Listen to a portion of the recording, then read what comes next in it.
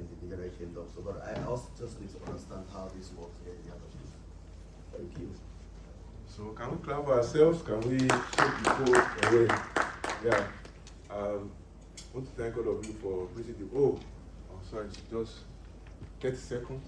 Introduce yourself, what you do, what time is over, so I can see your idea, best idea. I want you to Good evening, everyone.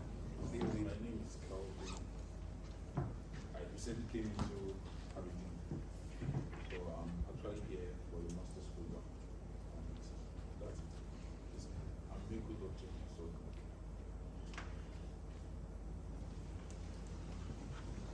Good evening, everybody. My name is Johnson. I came in September. How you doing, so you come? Okay, I came in September. My wife is a student.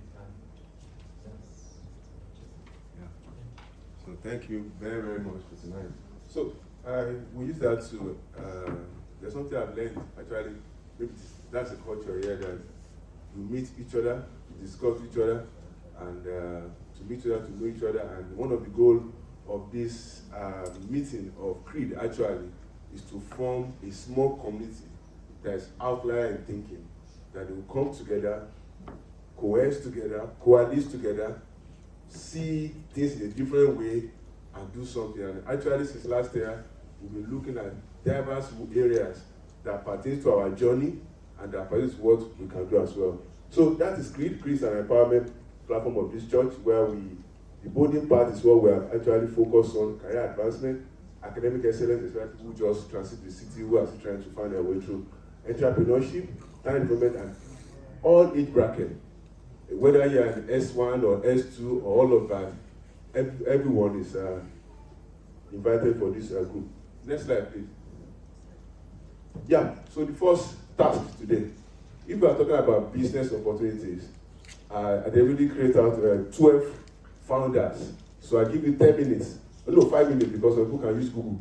So can you give me the name of all those, what you see there are logos of companies here in Aberdeen. So give me the name of all the founders. Time start now. Phone down. If I see your phones, I'll give you like at 3:10. So let's start. If we are going to talk about business, we need to talk about who have started, who have done something. And there's a prize actually.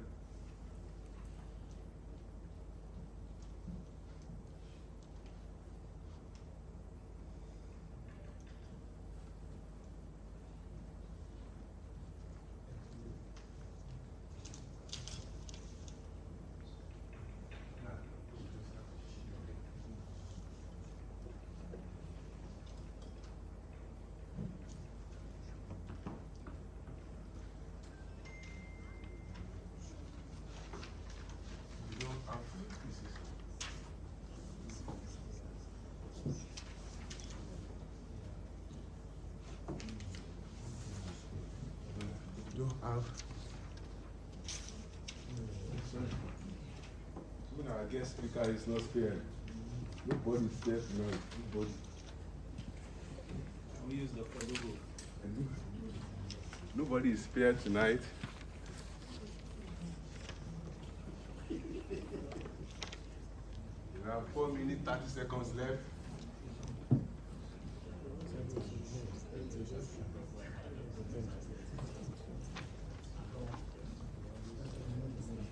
If you look at my face too much, I'm suspecting you.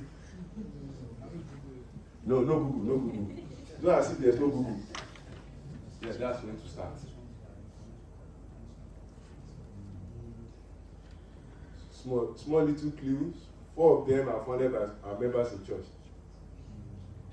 4 of those companies are founded by members in church. So write their names in front of those companies. This slide is looking like this. Should I give extra sheets? I think about 5. 45. Yeah, 5. So, you got Iris is looking. Yeah, that's going to start.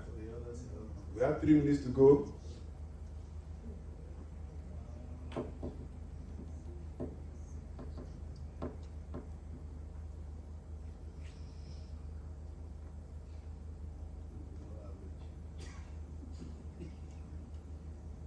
please write your name on your sheet because you are going to mark it.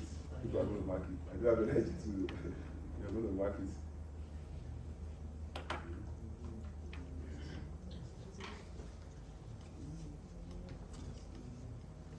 Like you see, should I do marker? Should I give you marker?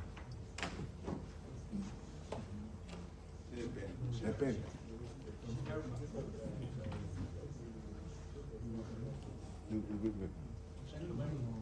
I'll get you one.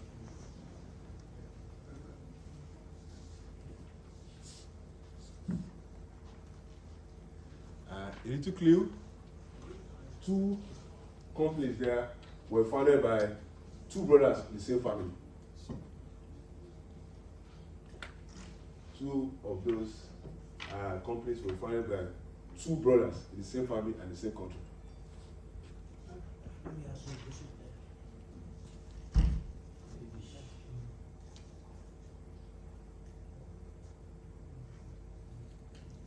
Yeah.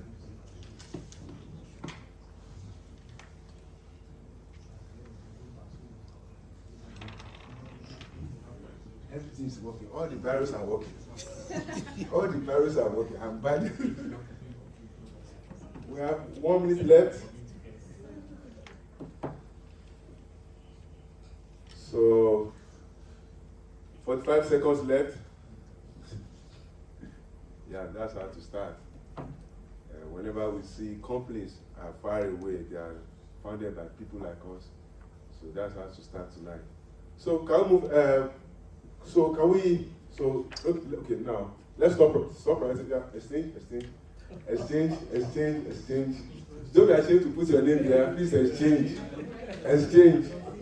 Whoever that scored their eyes to get the book, not totally chop as well. So I'll be patient. I'll be down. Not that bad. Please exchange. Please exchange. Star Bola, right? Collect for Bola, collect for you. Yeah. So, Brother Tukan, let me next slide. Yeah. Please, let's look at it critically. Ripples was founded by Olabisi Emi in our church. Succulento, which is, I think, Suya company like that. Am I right? By Dami Obibemi. Eatables, that's the African jollof rice founded by Ajibola Oyediro. Mapudis was founded by Dr. Ruth Malabi. It's a tech company. Puma, Rudolph Dassler. AB10, all of you know Puma is a shoe business, right? AB10 was founded by someone in our church, and it's just how to train people how to drive. We find that some people normally find it difficult to drive, maybe because you are cultural setting, or maybe they're shouting on you. So one of us in the church have that community. You have trained up to like 200 people like that, you know. As he's training, he's collecting money as well. Then, am I right? Burger King, that we some of us normally go there to enjoy ourselves. David is the guy behind it. Adidas, you see, Adidas and Puma, 2 brothers in the same family. And if you Google now, if you check, those 2 guys, if you check, I think on the scale, I think maybe Puma or Adidas is number 6, I think Puma is number 9. 2 brothers, and that's 4 state best shoe companies in the whole world from 2 brothers. No, from 1 family. Am I right? So they are, so again, Baker Hooks, Ruben C. Baker and Howard Hawks, they share that all of us like to work, inspired by Marcus Samuel. Costa Coffee, you know, sometimes when I travel to Glasgow, I usually hide the Costa, you know, by two people also. Primax, the cheapest that we normally buy things there. So again, one needs to reflect. These guys do have 2 heads. These guys, these people, whether female, whether male, don't have 2 heads. And one of the things that shocked me when I was putting this together is that some of them are not here in the UK. Some of them, they are far away in Europe, far away in Asia, am I right? And their businesses have cross-span all continents. You will disagree by association, it's take them 10 or 15 years to do that. But whatever you start today, you can never can tell. So that's first take home point for us today. So are we through by writing? So did anybody score 2 12 over 12, 11 over 12, 11 over 12, 9 over 12, 8 over 12, 7 over 12, 6 over 12. Wow. Is there 6 over 12? Is there 5 over 12? 5 over 12? And let me now go and check the spellings. So I only have one book I want to give, and that's the Lean Startup. That's one of the best books in business. So who should I give 5 now? Okay, should I give them one question to answer, whoever the answer is? So I'll give you the name of the company. I won't ask for Apple, I won't ask for Microsoft. So what name of company can I ask now? No, that means you are not being straightforward again. The decision was based on this. So there's no point in questioning them again. There's a tie. There's a tie. So I'm looking for a name of one company.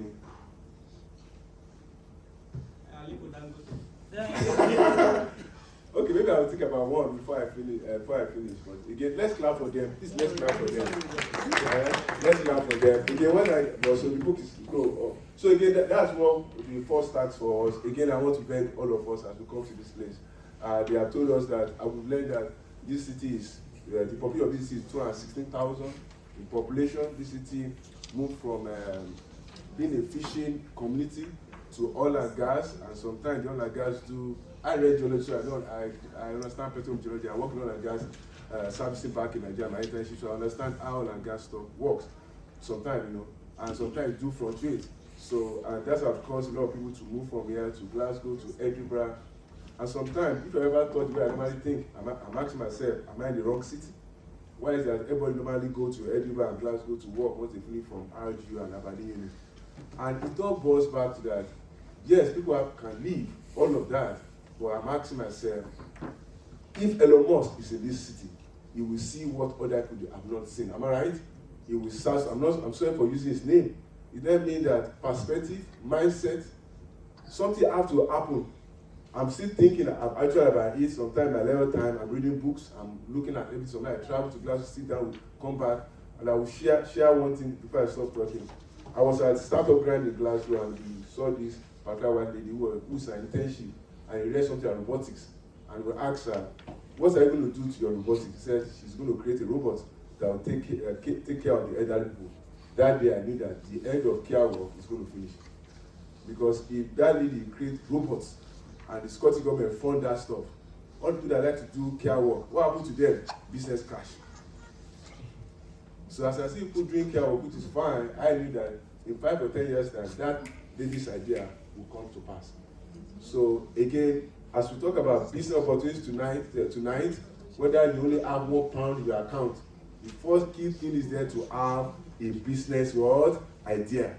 So next slide, so that we don't talk. So after breaking the ice, I want to introduce some of our speakers here. We have Mr. Cyril, all the way for, I forgot your company, Blue Stars Company is a business development manager. Can we clap for him?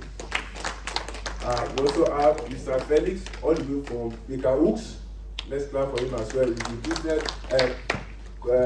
international of that. So let's invite. Today we will have 15 or 30 minutes talk, and then after that talk, we sit down. We are the one that will talk about the business ourselves. After the 30 minutes talk, we will ask questions that is beyond that stuff. We think outside the box. So today it's not about bringing people to download information, all of that. No. It's about for us to think what's viable. Actually, we have some leg up meeting after this to bring the business gateway, KPMG, all of that. But the first meeting for us, like, gather ourselves together, ask people who have gone ahead of us being here to share some bits. They will not think. We'll think, what can we do? Where are the opportunities? How do we leverage on this? Where are the funding? Who can I collaborate with? How can I think outside the box? What can I do? All of that. So I welcome you, sir, to come and take the floor. You want me to start? Yes. Okay. 15 minutes.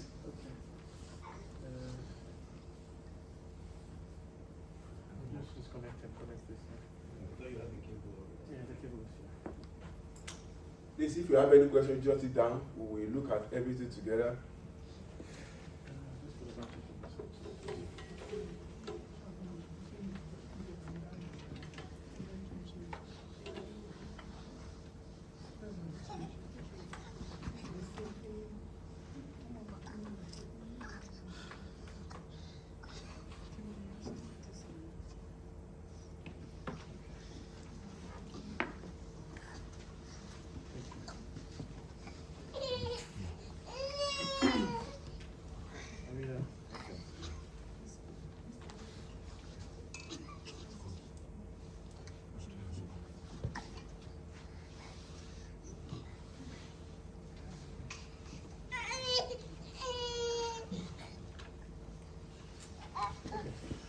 Let's just a short word of prayer.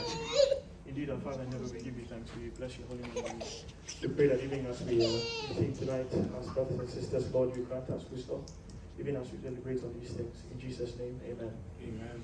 So I believe that it's important for me to discuss the level of expectation we have tonight.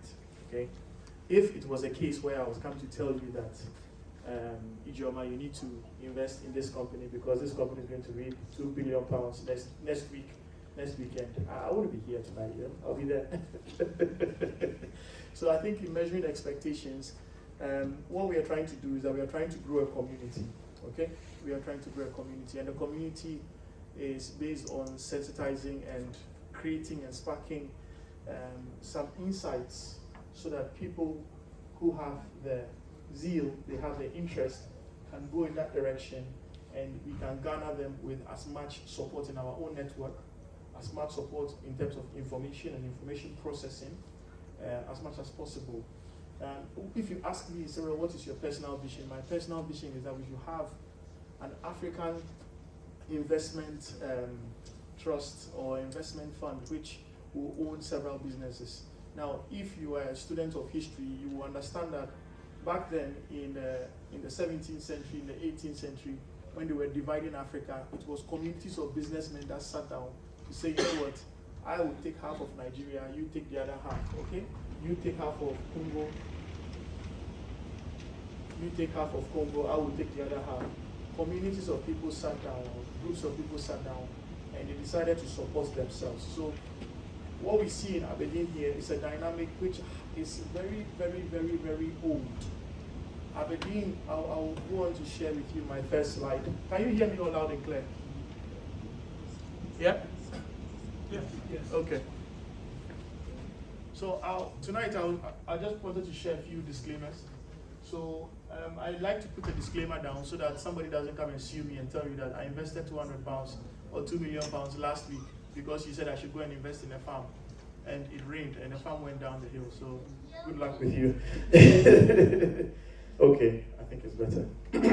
So tonight we'll look at 3 points. I'm going to use 15 minutes to slightly touch on these things. Now, from what I gather, a lot of us are either new to the city or are learning a bit about the city, right? So let's show my hands. How many of us have been here for over 10 years, over a decade in Aberdeen? You are familiar with Aberdeen for over a decade. How many of us here, let's say over 5 years? We've been here for over 5 years. We're very familiar with the terrain. 7 years? 8 years? Okay, so fairly, we do not know Aberdeen. It does take some time to know Aberdeen very well. And God being so good, this information I'll share with you does take a couple of years, but you are privileged to know it tonight. Amen? Good. Then I'll give you a few insights on tools and on how you can operate if you want to, and I'll talk a bit about networking. Let me do a quick survey. How many of us are within finance, administration, and economics and accounting? Those 4 areas. I think a lot of people here have that circle, right? So there we go. That's a community built already, right? A community with relevant network. How many of us are within the hospitality? So I know you said you are the only one in hospitality. Okay, so that's interesting too. So we'll start with the first one. So in Aberdeen we say fit like, right? Fit like means hello. Okay, how are you? Okay, and Aberdeen is popular for two traditional things. okay, oil and gas and fishing. How many of us have actually seen or been part of the fishing side of Aberdeen? Anybody? The eating side at the consumer level, yeah? But from the business front, how many of you have actually been involved or have touched it in any way?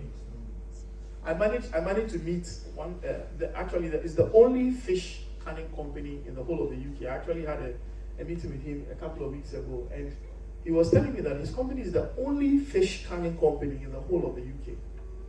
Can you believe it? Now, I will give you some information about the fishing industry in Scotland, and I'll just give you two numbers, and you judge for yourself what's happening there. So, Aberdeen has seen human settlement. They say it's about 8,000 years people have been here, right? So, if you are new here, note that over 8,000 years ago, people were also new here, right? It's quite interesting. When I was preparing for this, I was quite shocked. And the name Aberdeen was founded in 1175, you know. Now, traditionally, it's been a port city, okay? And if you say it's a port city, a few things drive what becomes a port city, right? If my geography serves me well, first of all, the port city is defined based on the sea bathymetry of the coast. So if it's a natural port, it means that as the sea line or the shelf grows, you have a massive drop of the continental shelf, and it's easier for vessels to navigate in and out in such a terrain. So strategically, by geography, it's necessary that Aberdeen will be a port city. Another reason why a port city is established is for, well, trade, ease of trade, you know. It's easier or cost cheaper to ship from here to Europe than, let's say, from Liverpool to France, right? It may cost you cheaper from here to France than from Liverpool to France because you have to go through the channel.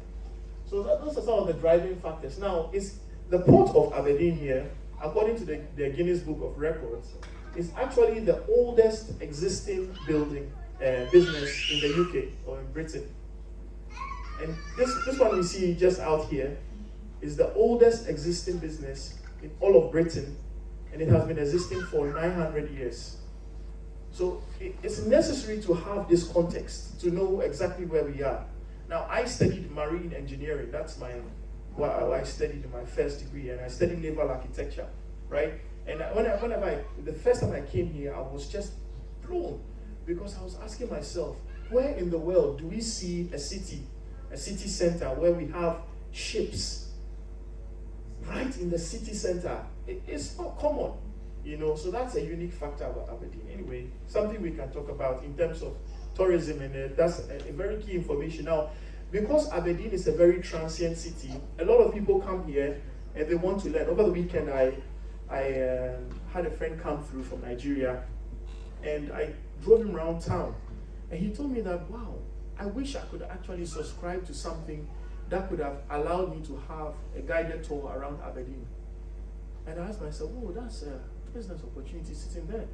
Because if it's a transient city, it means that people come in and people go. How do we integrate the foreign nationals into this community without having knowledge of the place? You can't eat of the land if you don't know of the land. You know? I don't want to talk too much. Let's go. So, North Sea oil obviously started in the 60s and reproduced in the 70s. So, now, look at this figure here. So, Aberdeen is part of the Scottish fishing industry, right? And if you look at these two numbers here, this is the value of the Scottish fishing industry. It's £500 million. £500 million. And this was in 2021, so okay, it's fine. It's grown also. And in terms of geographical distribution, 77% is in Aberdeen here. So let's do 0.77 of 543. We'll find how much cash in terms of fishing industry is around us every day. When I moved here, I used to see people sitting in big Land Rovers and Range Rovers, fine houses, and I never understood how they were able to make the wealth, because everything is hidden behind a blanket in this city. Unless somebody exposes a few things to you, before you start connecting a few dots. Now, 24% of it goes to South in Scotland. That's Edinburgh, Glasgow, and the likes of Stirling and Perth. and 11% goes to the highlands of the north of Scotland. Now, the current population is right about 220,000, and a survey was carried out in 2019. It was right before the pandemic, actually. So maybe things have changed, but I think it's an interesting data point. That Aberdeen is the city in the UK with the highest disposable income. And if you think about it, a city with the highest disposable income, which means that if you create a product or a service that is valuable, you command the price. Now, the reason why this is also very important is qualitative information. It's important, is that it means that people here in Aberdeen don't buy cheap. How many of you notice that many people don't drive cars here for more than 5 years? Most of the cars you see on the road are less than 5 years. It means people are looking for quality, not cheap. Where we're from, it's usually a price war, right? You go to the market, how much? 1,000 naira. No. I'll give you 600. Okay, you not accept 6. Okay, 7, 6.5, 7, 7.99, 7.992. Over here, people don't buy like that.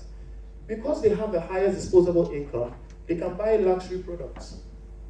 So if you are in the hospitality and you want to provide, I'll give you a quick example off the top of my head. You want to provide a traditional African massage. People will pay you £200 an hour for you to deliver that service. Let's think about it. Okay, let's move on. Now, I'll share these slides with you. Now, these are key links. Now, I'll open one of them so you can see. I'm just looking at the time. I really want you to ask questions rather than me doing all the talking.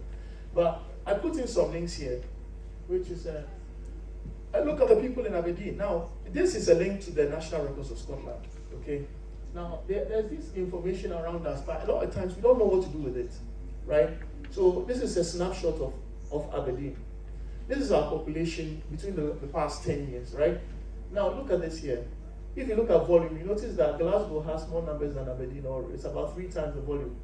But then there's more interesting information here. Look at the male population and the female population, right? So if, for example, you want to release a clothing line and all you focus on is the men's, you are actually losing the female market. What is the value of this information to us? It means that our ladies can win the female market with niche products if they can deliver the service or the product. And it's the same for the male market. It's fairly evenly distributed. If you look at the population by sex here, if you tell me that, well, I want to come up with a solution, and my solution, I don't know where to target. Look at the age, 25 to 44. This is the highest age bracket you will see in Aberdeen here. If you want to target a solution that is going to feed into elderly, this is your addressable market, right? It's right about 20,000 people. So if it's your addressable market and you have a price, you define the price by, or the market by value, right? Okay, let's move on. I'll leave you with this to feast on this, right? But this is information that's available. Back at home, we don't have this information, right? We don't have a record center where we can digitally see a graph and appreciate the graph. But what I understand from the Bible is that God, in his own natural ways and his own fantastic ways, is able to bless foreigners in a foreign land. And this is part of the information that a foreigner in a foreign land can look at and develop a solution and, make good money. I'll move on to my next one. So the next one I put here, so where is the money flowing to and from, right? How many of you have seen the Aberdeen investment tracker before? For example, how many of you know that the city of Aberdeen is planning to expand the Pittodrie Stadium to a world-class level? How many of you know that? How many of you know that at the seabed in front of the beach there, they are planning to do a very long pier into the seabed? How many of us know that? You know that, yeah? How many of us know that they are forming a biohub, world-class, going to be the #1 in the world in ARI? How many of us know that? You see, beloved, we can't talk about businesses if we don't have knowledge. We can't talk about business if we don't have knowledge. Now, I'm going to open this up for you to see.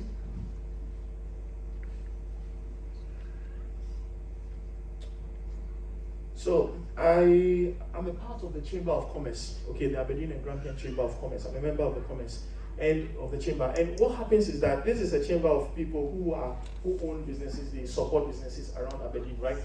They study all the parameters that influence business decisions. For example, next a couple of weeks from now, we're going to have a business breakfast session to break down the national budget into the Aberdeen scale for people to understand exactly what's in it for Aberdeen from the UK national budget. And this is part of the information the Chamber of Commerce provides, and I will urge you to please spend some time digest the information. Now, I will want to show you what the investment tracker looks like, because sometimes people don't know, you know. Yeah, so this is the investment tracker. I'll put the links in the presentation. You open, it's going to pop up, right? So let's have a look. So this is released every February. Every year they release an issue, right? And let's see what's in Aberdeen. So I'm going to zoom this in a bit. Obviously, that's a highlight. So the question here is, how many projects have been completed in Aberdeen? Look at the amount of money flowing in the city. Yeah? These are completed projects in just a year, right? Just look at this. 55, yeah? See, 55 million pounds project. See, Kintor Stadium, 15 million pounds, yeah? 35 million pounds teaching, science teaching hub. We created enough living facility, almost £250,000, yeah? No, 725 million pounds, sorry. The STEM investment in Aberdeen University, Aberdeen Science Centre was created. Now, city regional deals, these are deals that are being negotiated at the moment. So there's also plans for a bullet train. On and on, investments in our city and towns. What are the investments that are going on? There's a beach regeneration, that's £100 million. Now, the reason why I want to show this to you is to cause you to stir up and say, well, you know what? How can I access this, right? So that's my next slide. I don't have time, I would have actually gone into a lot more detail, show you how everything is laid out. It goes on and on and on. This information is, I'll share it with you, so it's fine. So let's go back to the presentation. The next one I want to share here is which industries are bagging the money.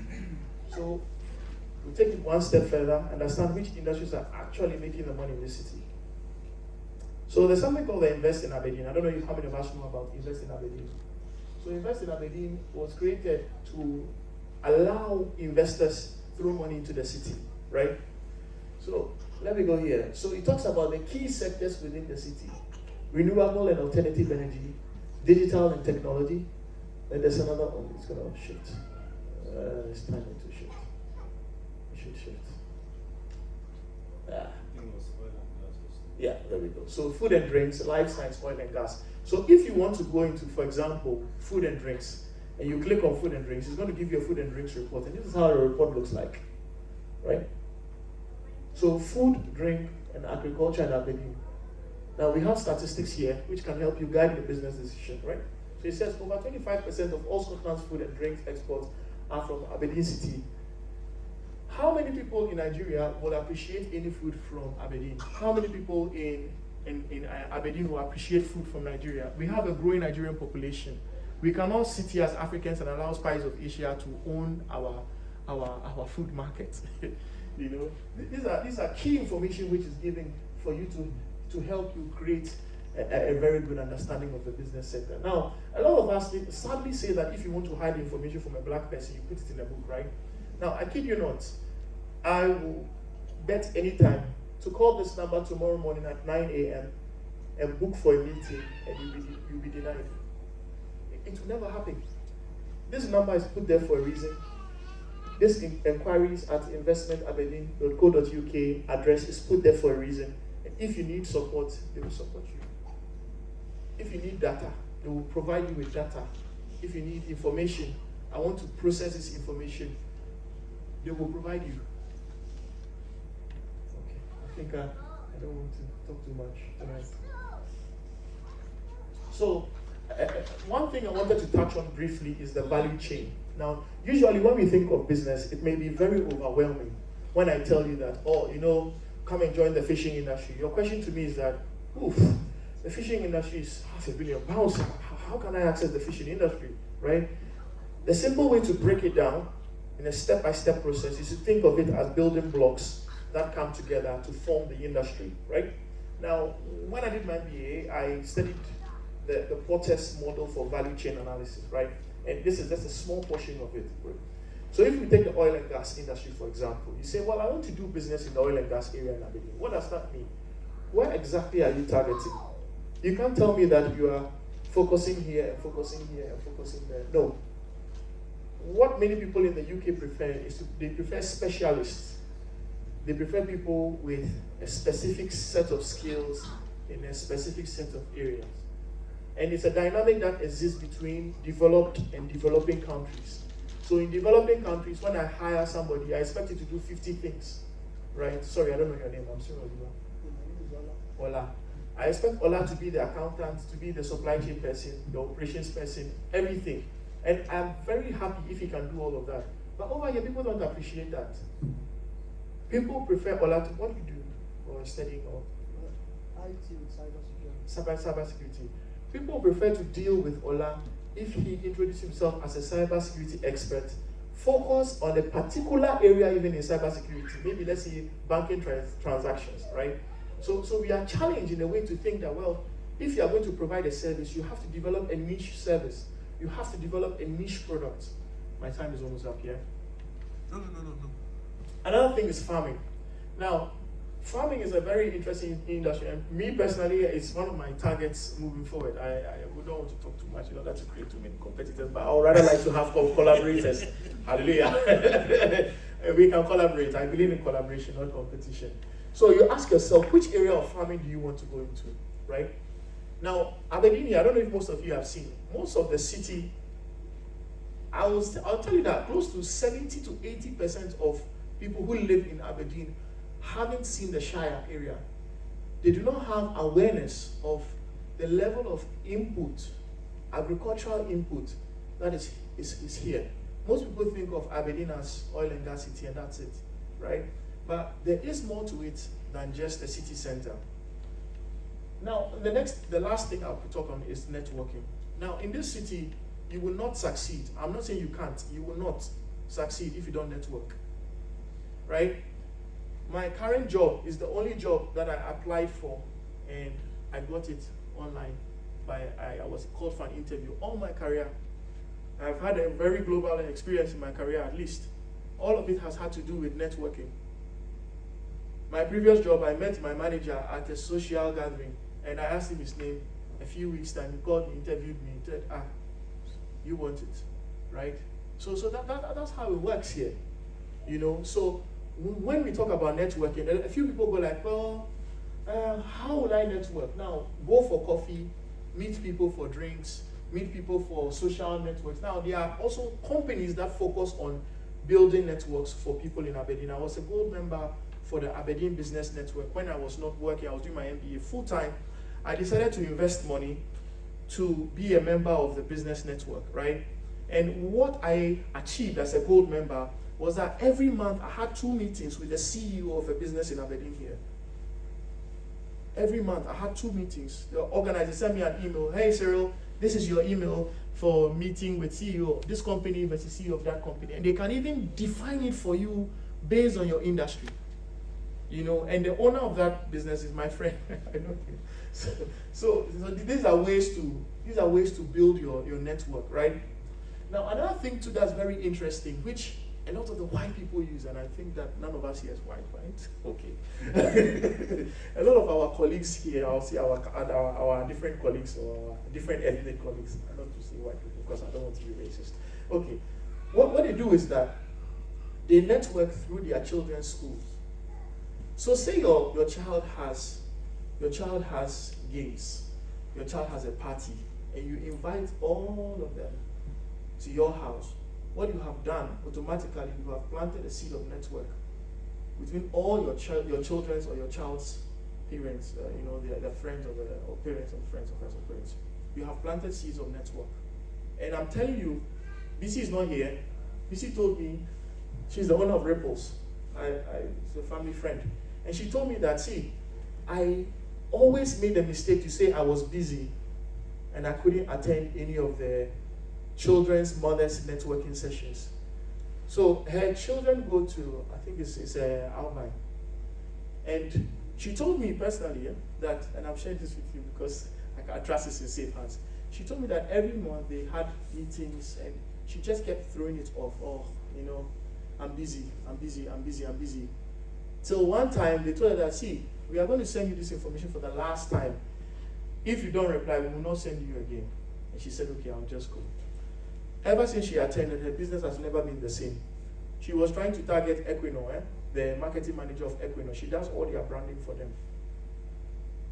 Why? Because of the network of children's activities. So when you see your if you have kids, it's a golden opportunity, especially in Aberdeen. Okay, I think I've talked more than I needed to write. I hope it was valuable information. I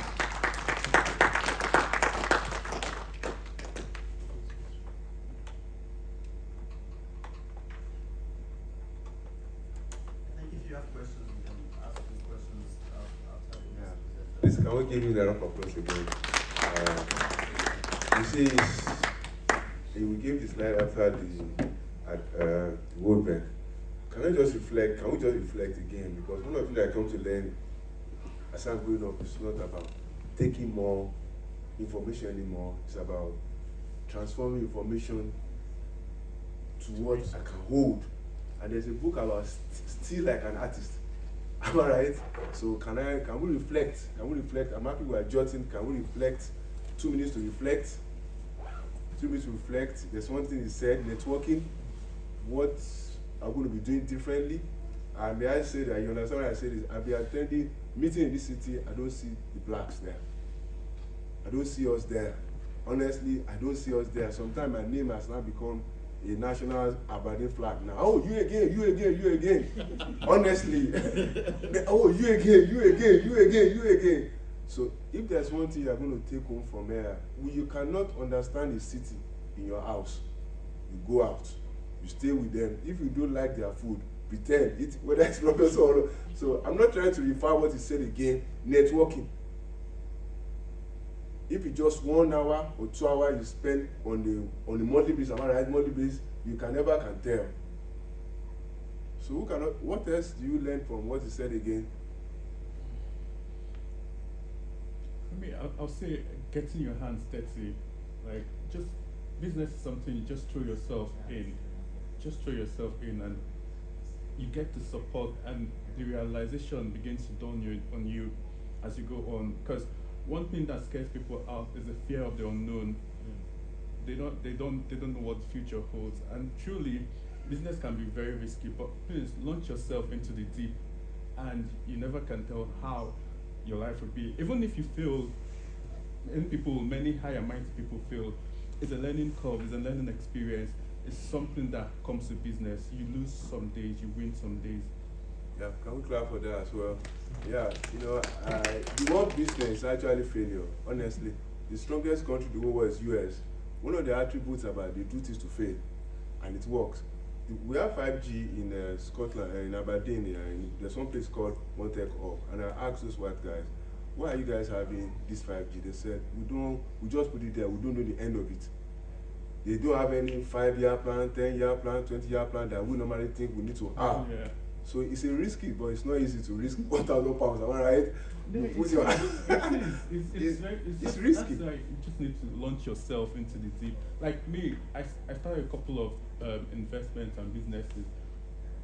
Going with the guts and going like that. I've paid off, some did not pay off, but having that understanding, I think is much easier for me because I came from a business background. My family, everyone's a business person. We've always been self-employed or independent. So, but having that mentality that you have to launch yourself into the deep and be confident in what you've got. Like an average black person have got something that they can give and contribute to this community, not just Aberdeen, even the whole of the UK, or if you're thinking of going global. But you need to start first in Aberdeen and working your way outwards. Yeah, thank you so much. I will throw many ideas to everyone now. Well, there's 2 or 3 African shops here in Aberdeen. The crazy me is saying that why can't we have one in Port Letting? Why can't we have one where again? In Stonehaven? Why can't we have one in Bankry? Why can't we, I'm not saying we should divide the market, am I right? Why must people have to travel all the way to this place? Am I right? What can we have? And why must we have that kind of business? I will share this thing very emotionally. I'm on scholarship, I need to work. I know what it means for people to be on self-funded, am I right? To do, and sometimes people will come to this city for 5 or 6 months. They don't have that job. But if some of us tonight, as we, based on what you have said, as someone who will come to talk to us, if 5 or 6 of us can come together, create one little business, our people who come to study here, all of that, we have, am I right? We have to do part-time job. So, you know, I share those things. I know what we're going to do tonight is to share those stuff. Let's this to form, do what you have said, a community where we need to help each other. We are not meant for care. So we can build, yes, I'm saying it loud, we are not, that's not the only thing, you know. I'm a lecturer, I can't imagine, but no, we have to create something. So it now depends on what can we create. Yeah. What can, 2 brothers fund 2 companies, and the companies leading the whole world, that's Adidas and what? Puma. The fourth, actually, somewhere, all of that, and it's part of business, actually. The fourth, I read the fourth at a point, the younger brother beat the other brother to, not physical fighting, but you know, but what touches me that day, and I bought Adidas shoe of £75, it was in December, I bought it, enjoy my life, and as I bought that shoe that day, I was going back home, I'm using iPhone 13 Pro, I bought those guys are very expensive, but I bought that to tell myself that, man, I need to create something. We should move from using things to what? Creating. So again, this first meeting is about dishing out all the informations. We can't rush to the practical side of this, am I right? Is to follow for all of us to be aware about this city, about what you have said, all of that. So we want to jump to the next slide. So over to Mr. Felix. So can we clap for him? We will have time for questions and answers. Thank you, sir. Good evening, everyone. All right, thank you very much, Sheon and the CREET team for this opportunity to share. My brother Cyril has given us a lot of insight and information about the city, which for me, being here just slightly over 3 years, some of it, yes, I can tick the box that I've been able to jump into some of these sessions and picked up information about the city. And to pick up from where he closed, we tend to forget about that networking aspect a lot. When I came in here, I knew an organization which he was the president last year, Junior Chamber International. That's an organization I would recommend each and every one of us. I know there is an age limit between 18 to 40, but it shouldn't stop you from networking with them. And I would tell you how that helped me across my career, as well as from a little bit of a business standpoint. So I would say if there is one other group that you want to get into, which may be less costly to join, I'm sure, Prezi, you would agree to that. Yeah, I think there's a professional joining membership fee. I think student membership. Yeah, so there's a student membership fee, I think, to join. So just go through it and try to start off from there, getting to know people, and that will help you as well migrate your way through the city. I remember in the office, the moment I came into this city at work and I mentioned I used to be a member, one of my colleagues immediately jumped up, took me around the city, showed me a few things around. So I would say, let's use that opportunity to network. So a little bit about myself, I'm a Cameroonian, and I started working as well back in Cameroon 2009, a few months before my graduation. And I'll be linking practically a lot of things as well, which is mentioned. I identified a niche market in our community, in the nation, on event management.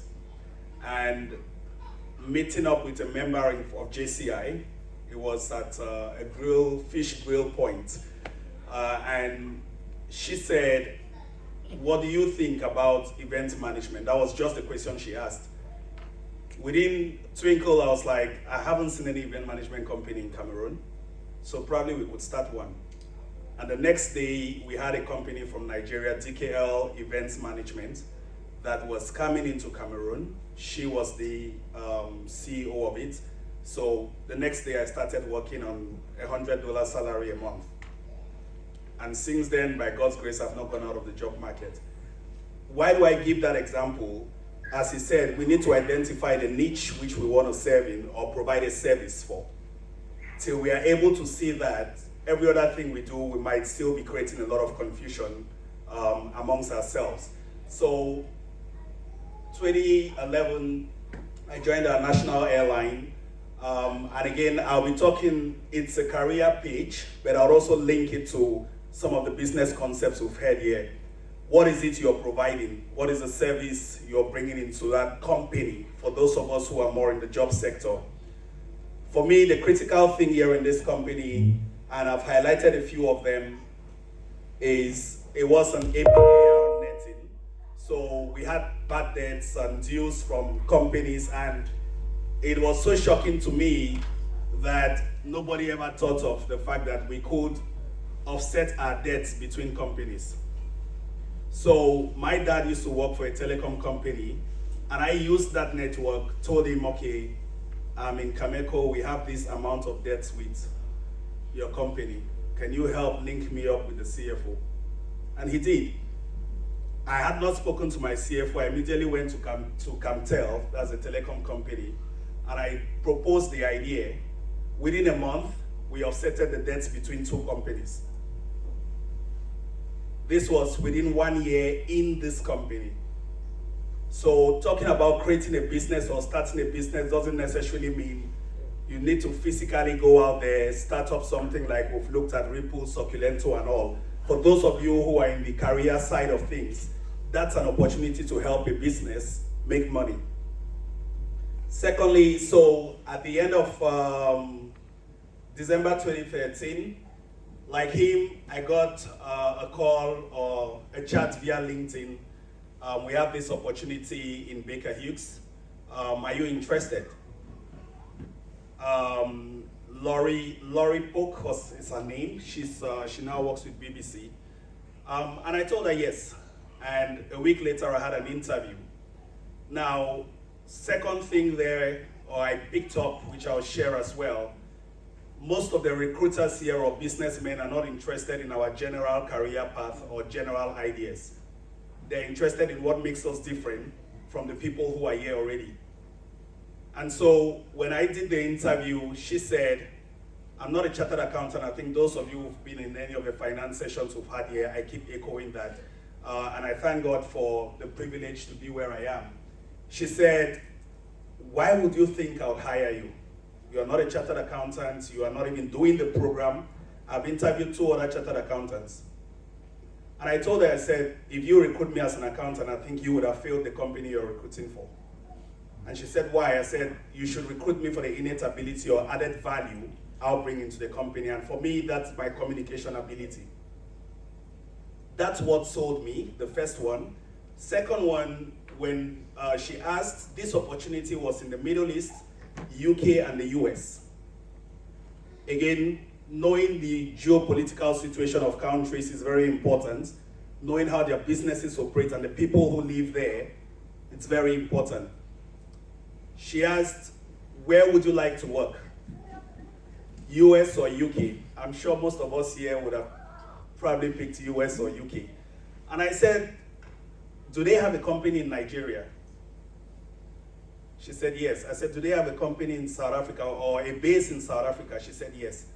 And I said, I would love to work in any of these countries. Not US, not UK. An interview of 30 minutes took 2 hours. Why would you choose Nigeria? I said, I'm a Cameroonian, but I respect the ingenuity of Nigerians, the creativity of Nigerians. And I'm sure majority of you here are. I said, South Africa, then Nigeria was the #1 economy in Africa.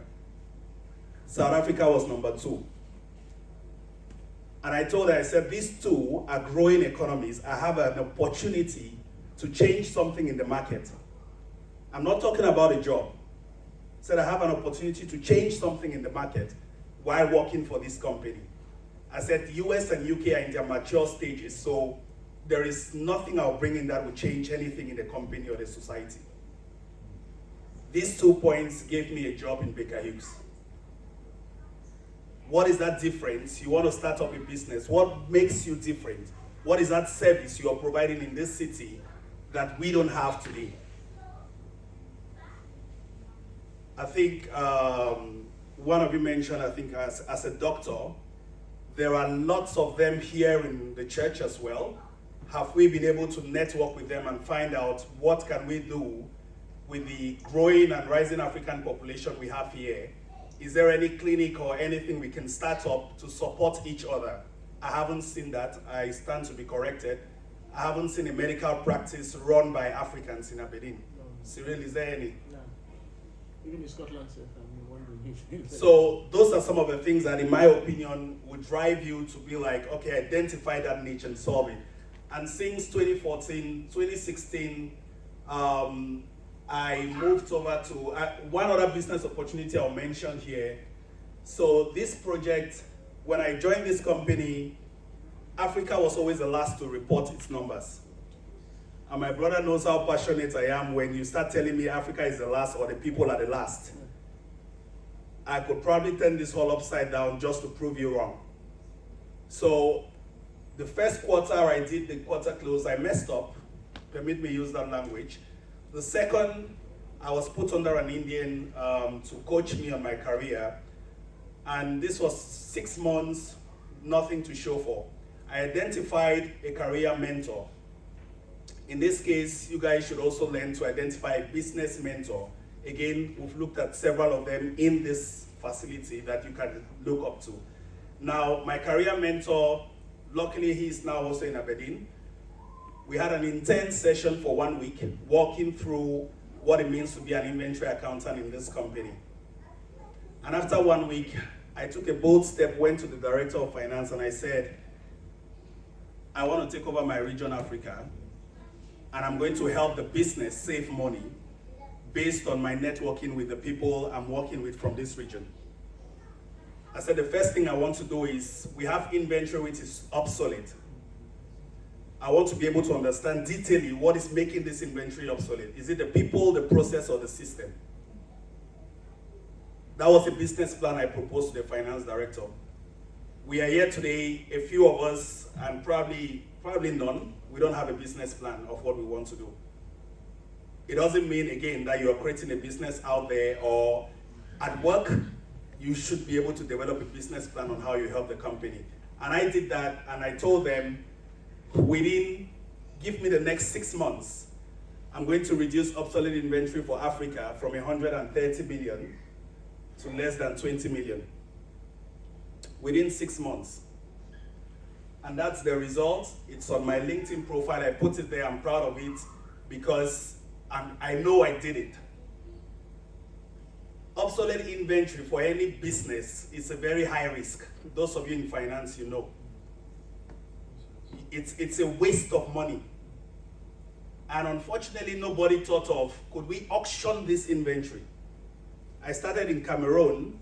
I never worked in Baker Hughes, Cameroon, but now I was in Dubai. And I told the director, I said, Cameroon then, I think we had less than 5 million or so obsolete inventory. And I called the director in Cameroon, introduced myself, spoke our language. And I told him, I said, but bro, what do you think? We have chemicals here. Go to Adax Petroleum, go to Perenco.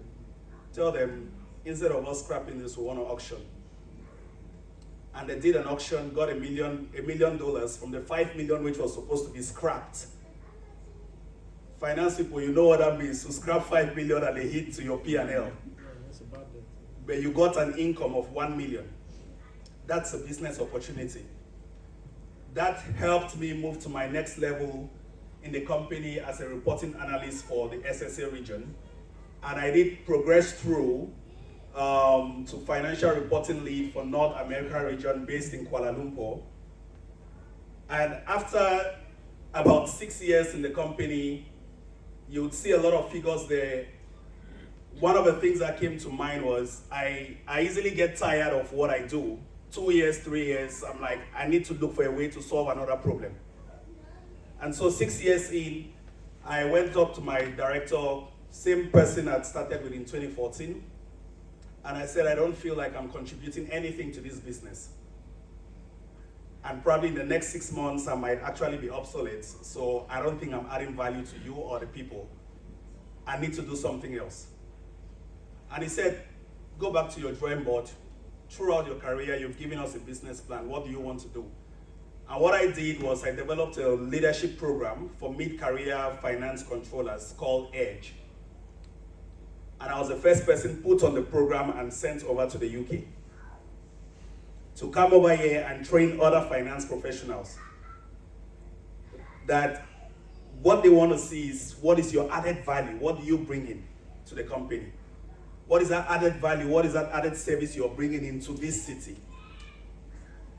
And that led me to the role I currently have today. When I did the program, 1-year program presented to the board of directors of Baker Hughes, I was promoted to a global controller for one of our segment businesses.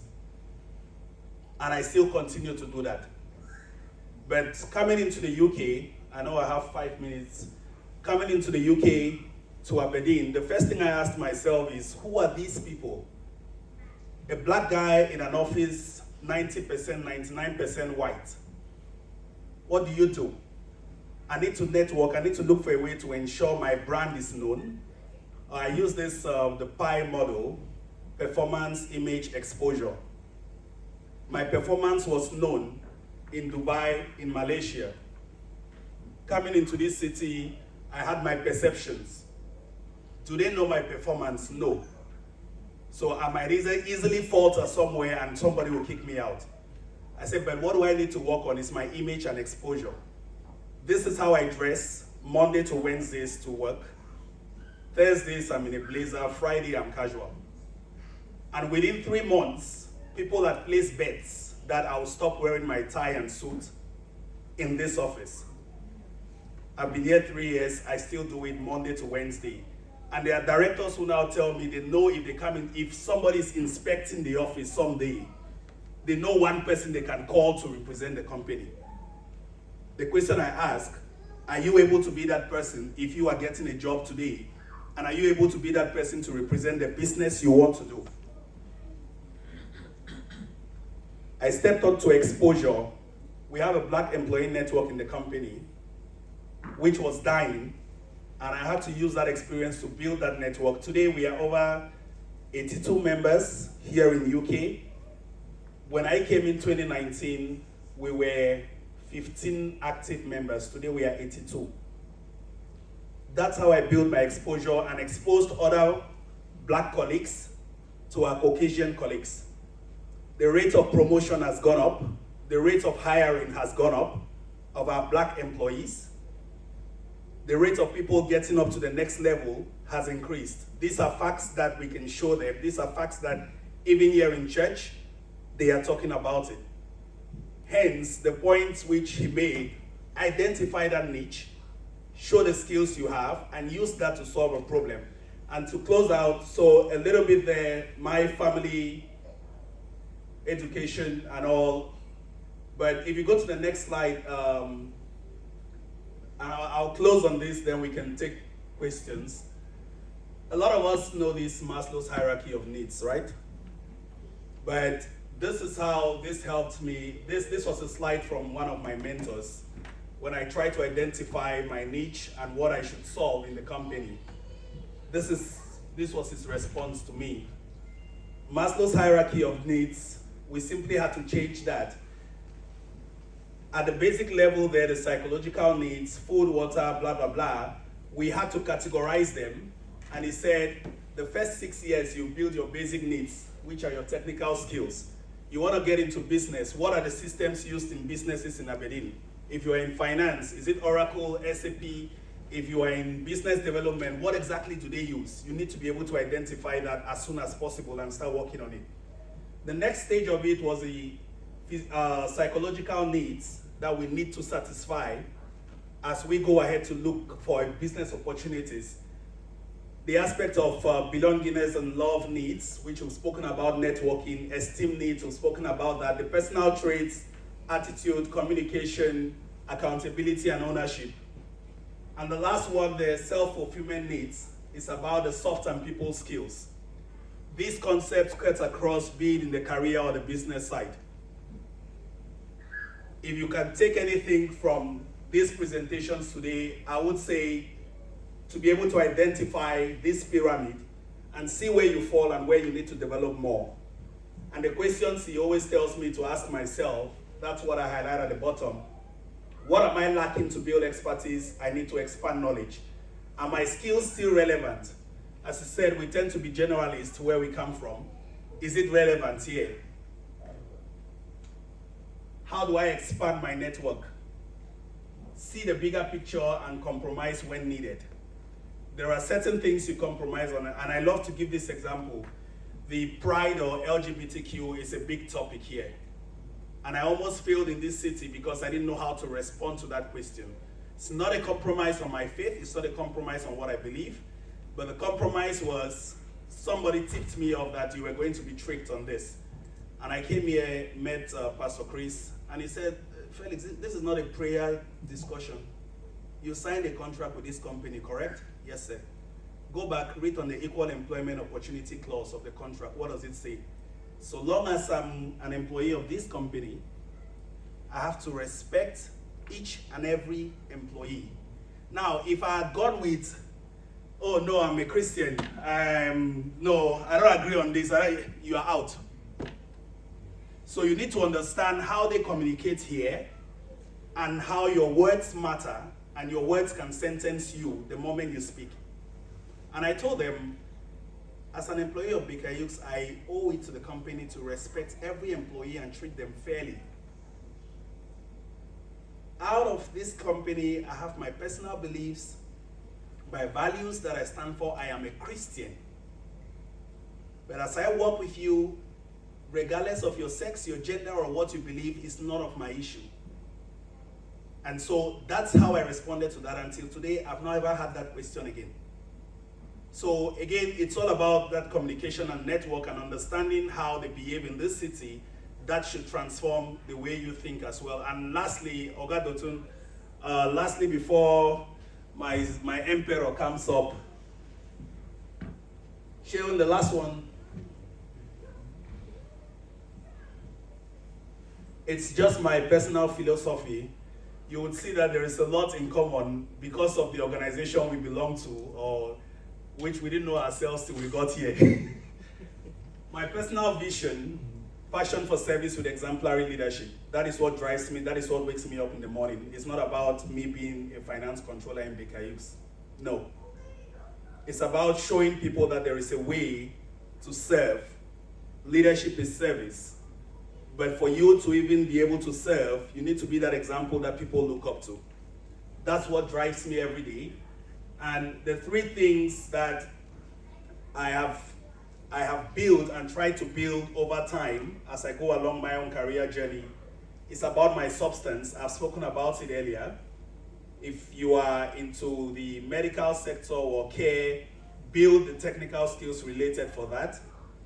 Courage and communication, probably we'll take another session for that someday. Strategic foresight, it's all about, we drive across the city every day. For me, strategic foresight is, I'm looking ahead, I know the direction I'm going to, but I'm also looking at the rear, not to look at the distance I've covered, but to ensure that I need to guide the people behind me, that whatever action I take today or now might affect the driver behind me. So I need to be mindful of them. And the side mirrors are just to caution me of any incidents around. That's how I explain my strategic foresight. So these are the three pillars that guide me and lead me every day as I go into the next phase of my life as well. And to close up, to be practical, my wife has used these concepts to start up Passports Beyond Borders. It's a platform we use to share stories across the cities or nations we've been to, and to encourage people to share their stories and teach each other. We'll share that at the end, and I'll encourage you, read through, see other people's experiences. We are still trying to kick off that here in Aberdeen, but hopefully with your help and support as well, that business will also kick off. So there are lots of opportunities, and I encourage you all to probably ask questions at the end of it, and thank you for the opportunity. I won't give you another question. Thank you so much, sir. Those people came early. We showed the logos of some companies, right? One of the owners of those companies here. But before we call him forward, can all of us see this letter? Oh shit, what happened? Yeah. Can it be enlarged? Just give it to me enlarged. I want you guys to read something there.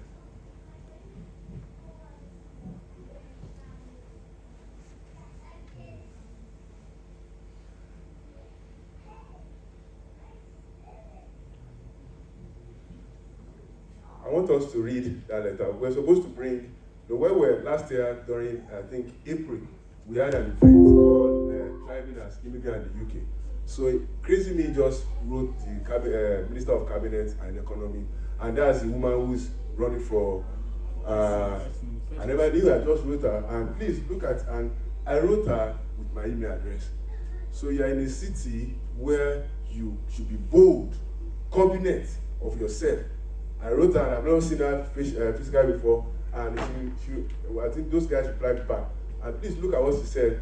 Scotland needs people to contribute at all levels of economy. Invite her, she listed everything. Just what, we didn't share notes. Am I right? She listed it, and she said, "Thank you for inviting blah blah blah in your event on economy of Aberdeen and the expected roles of we in its recovery mindset." And she replied, and please look at that date. That's close to a year now, and I want us to highlight this stuff. And he said, the Scottish government has already recognized the crucial importance of non-UK citizens to Scotland economy, society, and delivery of content. So, blah, blah. So, again, we share this stuff. It's not supposed to go in public. We are going to be sure it's cut out from the video stuff. But again, to see that we are relevant here. We are what? Relevant here. We should put our best foot forward. So, to no waste time, let me welcome the CEO of Succulent himself. He's joking. He's joking. Praise God. No, my session was to talk about networking, and how you can use that to identify opportunities. But I told them I'll prefer, let's go more or less like a Q&A. But I'll quickly run on myself. I came in 2010 for my MBA in oil and gas. My background was in oil and gas finance back in Nigeria. But when I came here, it was because the place I was working was meant to, they were in the middle of, these guys were going to buy the interest of ConocoPhillips at the time, Wando. So I said, no, I don't want to work for Wando. So I came here for my MBA. At the end of my MBA, I said, this place looks okay, because I got a job immediately after my program, and did that for about 2 years. Then my contract on that one finished. And I started thinking, my passion had always been to have a business of my own, because I felt it would give flexibility. I felt, because I always think kingdom, I know that with salary, I cannot do what I would love to do. It will be tough. So I knew that the only way I can actually fulfill my heart's desires will be to create wealth. So I started wondering, but what has been going on around me, which is in the idea of how do you pick ideas. I noticed that anytime, I'm sure you would have heard those complaints in your offices, anytime there are meetings or anything, it will be sandwiches or wraps. And they will complain from the beginning to the end. So basically, those sandwiches and wraps are just to fill their stomach, and they leave. So I felt that's a problem. That's a problem, because these guys would have loved something better. They would have loved something different. So I said, but I sat down with my wife, well, what is the problem with the wrap? It's definitely not thinking about making a different kind of bread. There are other things that are in a sandwich. So we boiled down to, okay, let's think about condiments. And that's how we did a lot of work.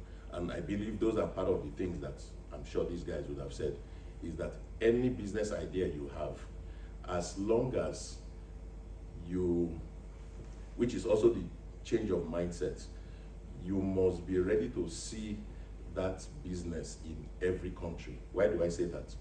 One of the people that inspire me a lot is Pastor Adeboye. And why? In our lifetime, we saw the church grow from Nigeria to more than 190 nations. I don't think it is because it is gospel. I don't think so. I believe God just helped him. So I believe that if God can help him, God can help me. You know, and I've seen it replicate in other businesses. If you are in this part of the world, you see businesses that have been on for 100 years, some 200 years, 150. You will see businesses that have gone, you know, from family. Of course, the founder is gone. Very likely maybe third or fourth generation now. So that for me will be one of the first things that we'll be thinking of.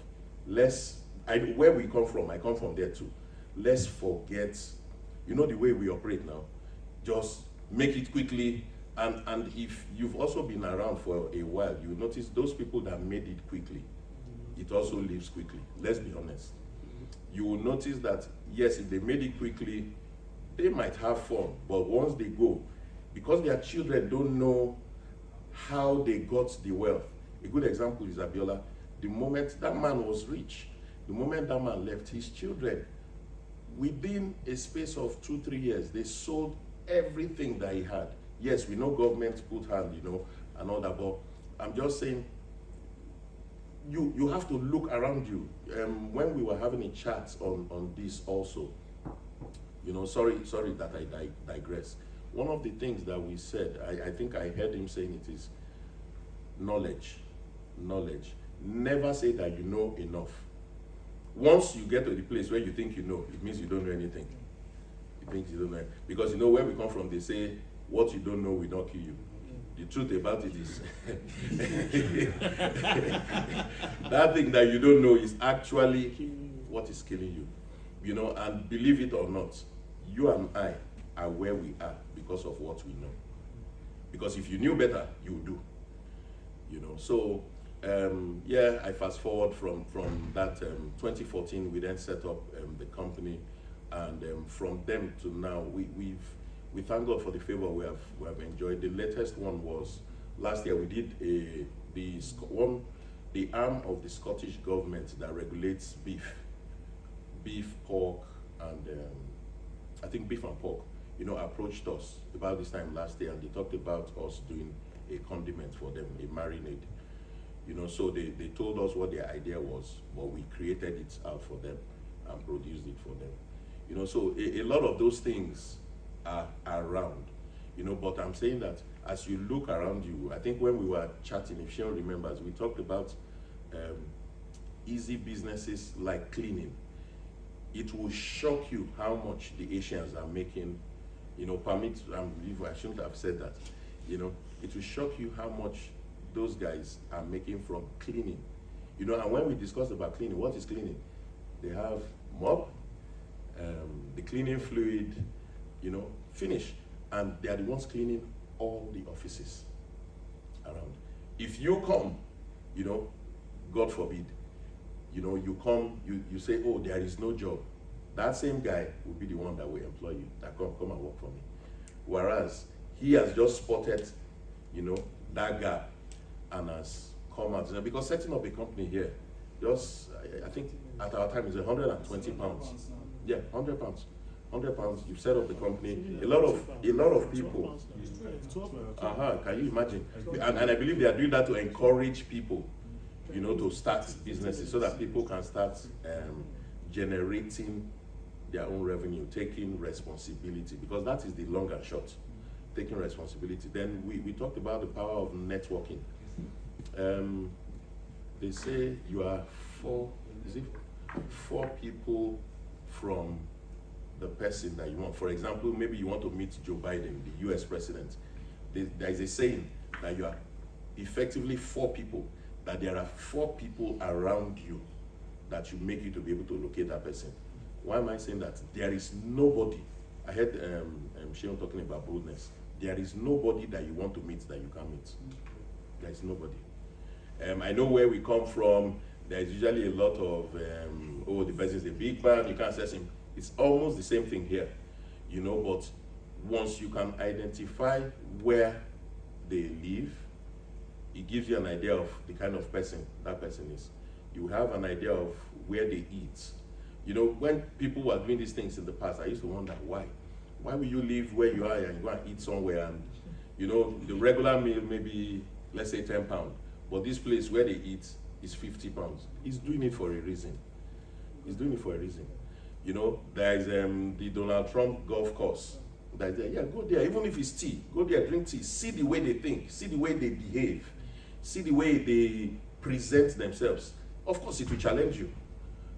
There was, when COVID hit, then we can just chat and take questions. When COVID hit, I was just playing on the internet and I don't know why. Something said I should connect to Amazon and see what opportunities they had. And when I was looking at opportunities, they said, no, choose delivery driver. You see where I'm going? I said, delivery driver. I picked delivery driver. I went. Do you know where they said I should go and share parcels? Where the rich live, at calls. What that place taught me was, first, rich people are nice. Because for every one of them that I got to their door, the way they greeted me and received me, one. Then number two, perish the thoughts where anybody tells you there's no money in Aberdeen. Aye. The kind of houses. No. See, as I was leaving, that was the last time I did that job. Because as I was leaving, I was coming to pick my wife from church. They were in church on the Wednesday service. As I was leaving, I was hearing my ear that perish the thought that there is no money in Aberdeen. There is wealth here. Just like where we come from, it's in the hands of few people. Few people. I think with that, I think let's open it and let's just chat.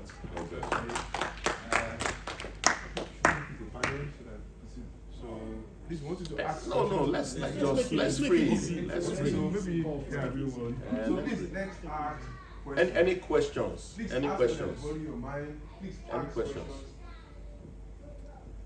Please ask questions. Ask questions. Is it business? Is it career? Any questions? Please ask questions. Yes, sir.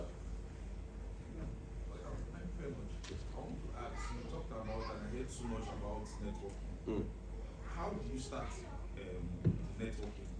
Like, that's Okay. For example, me, because I knew that we were going to play in the food and drink space, I will look for food and drink events, both locally Aberdeen, both Scottish and both UK. I'm one person, so I can't be everywhere at all the time. So I'll pick the ones that I believe seem, to be important. You will read reviews. You know how long the event has been on. For example, there might be some events that they will tell you, oh, this one has been running for about 25, 30 years. When you see the profile of the people coming, you know that important people will be here. And most of those things are free. So you walk in and you can chat with people and all that. Yes, they will always want to find out, oh, what are you doing? You too, you call yourself CEO. Yeah, no, it's true. It's true. You sell yourself. You sell yourself. It's the same thing with career. If you submit your CV anywhere, it's not about lying. Here is this place that you see that the use of words is very important. It's not that you're lying. The way you present yourself is marketing. Don't you see the things we buy? Coke is not the best mineral product. It's marketing. It's the way they present it. They so present. There was something that we saw online for the kids.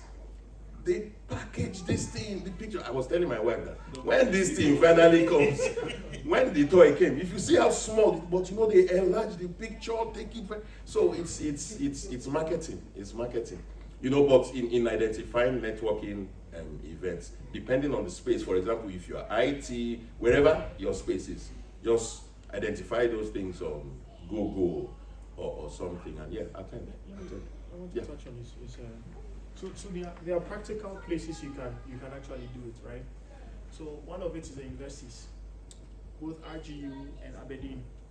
Now, the universities always have events running, which are usually free. Also, if you go on Eventbrite, you can actually filter specifically what kind of event you want to attend, and you attend it for almost nothing. So those are two main. The third one is LinkedIn, okay, which it depends on what your business is doing. Today, LinkedIn is now a bit different because people put a lot of rubbish there. Marketing. But you have to have a brand. Right now, I kid you not, anybody that is even looking for a job, wanting to grow in your career, or wanting to establish a business, I look at you as a personal brand. Who are you as a personal brand, right? And in that networking session, I kid you not, I do business development, and within the first 10 seconds I speak to you, I've already built a graph of where I'm going to put you in terms of my priority and time and effort, right? So you have to have that brand of how you present yourself, like he's saying, Amen. Like on time that he talked about,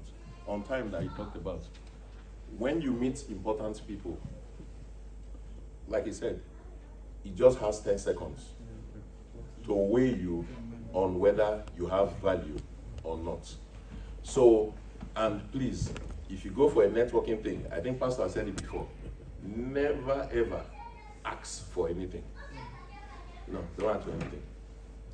Look for a way, how can I help you? He now starts wondering, what does this guy have that this guy wants to help me? That's how you start talking to them. But if the first thing that you will ask is that you're asking, can I get this? Can I have your number? Can I get a job? Or I saw he just shuts you out. He sees you as a liability, and he walks away. Just wanted to add to Cyril's point about that 10 seconds and the networking. I think where we also lack that skill is around, even within ourselves. I always share with him, there are times when I look at CVs or look at profiles online, and even amongst us people who apply, and I'm like, I'm sorry, I can't push your profile forward. Why? It would have been probably the way you presented yourself to me, because selling you to a business partner or a career-wise, I'm selling myself. The brand or the reputation the recruiter or the business person knows is whoever is presenting you. And if I have to do that and risk my brand for you, you should be able to articulate exactly what I stand for or what that business stands for. So saying that, I just want to emphasize that even amongst ourselves, we should be mindful the way we present ourselves to each other. Because people would have those opportunities, and the way they see you, they see that opportunity, they're like, I'm not sure if I should recommend A or B. It's better off I get somebody else. And these are live examples that have happened, and people amongst us have attested to it, like, I couldn't recruit this person because they think we are back home. So just let's be mindful of that. I think this brother. Sorry. With networking, sometimes it can be hard depending on our personality, and we tend to underestimate what we have. But from my experience, I remember when I first saw Martina, I kind of profiled what she looks like and what I wanted for myself. So I just sent her a message. So this just boils down to you going in, giving it a go. Like we talked on one of the Wednesdays Bible study about help and people seeking for help and not asking for help. The only thing someone will tell you is a no. It's a no, and that's it. You move on to the next person. So for me, I just step up to you, step up boldly, and say what you want. Whether the person wants it or not, you can get it or you cannot. And in terms of places you can go to, I just started a business, and the business gateway has been very, very helpful. And most of the services you need are free of charge. Even networking, events, dinner, everything, you go. And they'll push you for funding as well. They'll push you for Scottish Edge, for Elevator and the rest. They'll prepare you. So you never can tell what you can benefit by you not putting your foot forward. So just put your foot forward, and the rest might be history. So is it possible to ask what the area of interest you have? Yeah. just to see if we can just take it beyond the level of just advice, right? Okay, I'm in the health sector, medical doctor, then majorly into anesthesia. That's basically the health sector. Okay. Yeah. Are you registered in the UK? No, Are you on the register? I'm working towards it, so before the end of August I'll be registered. Yeah, I think that's. He's also in that space. He's also there, so you guys can chat. And we have quite a lot of doctors too around. You know, because they are the next level, I believe, for your side will be also having your own private, which the Asians are already doing. That's what a lot of our people do in Canada, in the US. You know, so it's not just you being employed by NHS, is that you now become the one employing doctors. You know, and that's a big opportunity. Yes. In Aberdeen. Yes. Down in London, in England, a few competition. Yeah, but here it's very virgin. So thank you very much, speakers. Well, just to add a couple of points, I think in your feed there is an opportunity for male circumcision.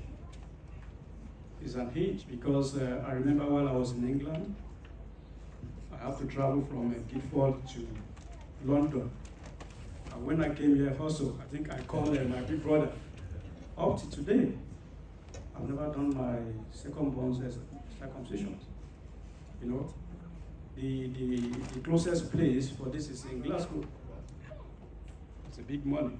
However, I'm not in that field. But, yeah. No competition. Again, please can you share with us, to some extent I'm aware of how I can generate my own idea, but how can we generate ideas? Because to me, idea is money. It's what you can bring to the marketplace, as you rightly said. If I cannot offer you any value, there's no point in coming to the market. However, we need to understand how to generate ideas. So how can we generate that ideas? What are the books that we can read to come up with ideas? I think one of it is to probably look towards this book, Think and Grow Rich by Napoleon Hill. So,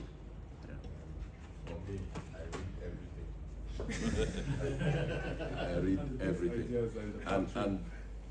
I just found out that if you use YouTube, a lot of those books are on YouTube. People are loading them on it. So everything is almost becoming free. The cost will be your time. The cost will be your time. You know, and you talked about getting ideas. You must first have in your mind that you are a problem solver. One. And I think it's what makes me love being in this church. All these things are things that are taught from pulpit. The second one that Pastor talked about, observance. Be observant. You know, keep thinking, how can I improve? You know, like he also said, there is no new thing that you want to do. There is nothing new. It's the same thing. You just think of, how do I want to improve this thing? And from reading, you have an idea of where the market is shifting to. And what is market? Is buying and selling. Is demand and supply. So you'll be able to find out, like you are the one now that talked about the male circumcision thing. I can bet you that very likely you never know, because you know the people that do it in Glasgow are Jews. You never know what clause that is in there. Well, I'm just saying that they will want to put to hinder, because when anybody gets a market, as much as what they want to protect that space. But until you actually go to want to register in Aberdeen, and I can bet also that if you want to do for Aberdeen, Aberdeen will prefer you to do, because the one that they do in the hospital, the waiting list is something else. Yeah, it's something else. So ideas come from you having the desire to improve upon what is going on. I read about this man, Steve Jobs. And the person said something which will let you know those people are not normal. They are not normal. They are not normal. That when his partner walked into his apartment, I think this was in 74, 75, he said there was no furniture in his house. And he asked him, bro, why is there no furniture in your house? He said, so that he can think. Yeah, that's so that he can think, that because all those chairs and all those things will be a distraction. You know, so it's a you need to set out time where you will separate yourself. You cannot do this busy. You will separate yourself and be able to think and be looking, okay, since you woke up in the morning, what were the things that you used? How can you improve, you know, on those things? You will be shocked. You know, up till now, they're still packaging water.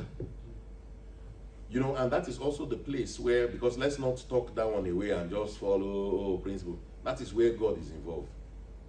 Because there are people, you see, this screw, there are people who God just gave them the vision to produce screw that we are throwing away, and the person will become a billionaire from it. You know, so, and I believe one thing, that what God wants you to do is around you. The help is around you. The help is not far. The person that is to help you is around you. Is around you. At the right time, it's either, you know, you get to meet the person would, you know, approach you or something. So I think there are different ways. There are different ways, but if it's ideas, no, you have to separate yourself, identify problems. You want to be a problem solver. You know, and you don't necessarily, it doesn't necessarily have to be your field. Because he's a doctor does not mean that everything that you should be thinking about should be medicine. Yeah, he can, businesses in marketing. yeah. You can decide to, you just be inspired to do something completely different. My background is accounting. We are selling food. He doesn't enjoy now. He doesn't. You wanted to say something? Sorry. No, I think he has a comment. Answer another, put another perspective to your question. The question you asked on how do you generate ideas? Now, you can generate ideas by talking to people. As simple as that. Now, what do I mean by talking to people? Talking to people who complain a lot. We are full, or we are surrounded by people who complain a lot. You talk with them and you try and understand what their challenges are and try and solve them. One of the ways also to try and create ideas is to attend events.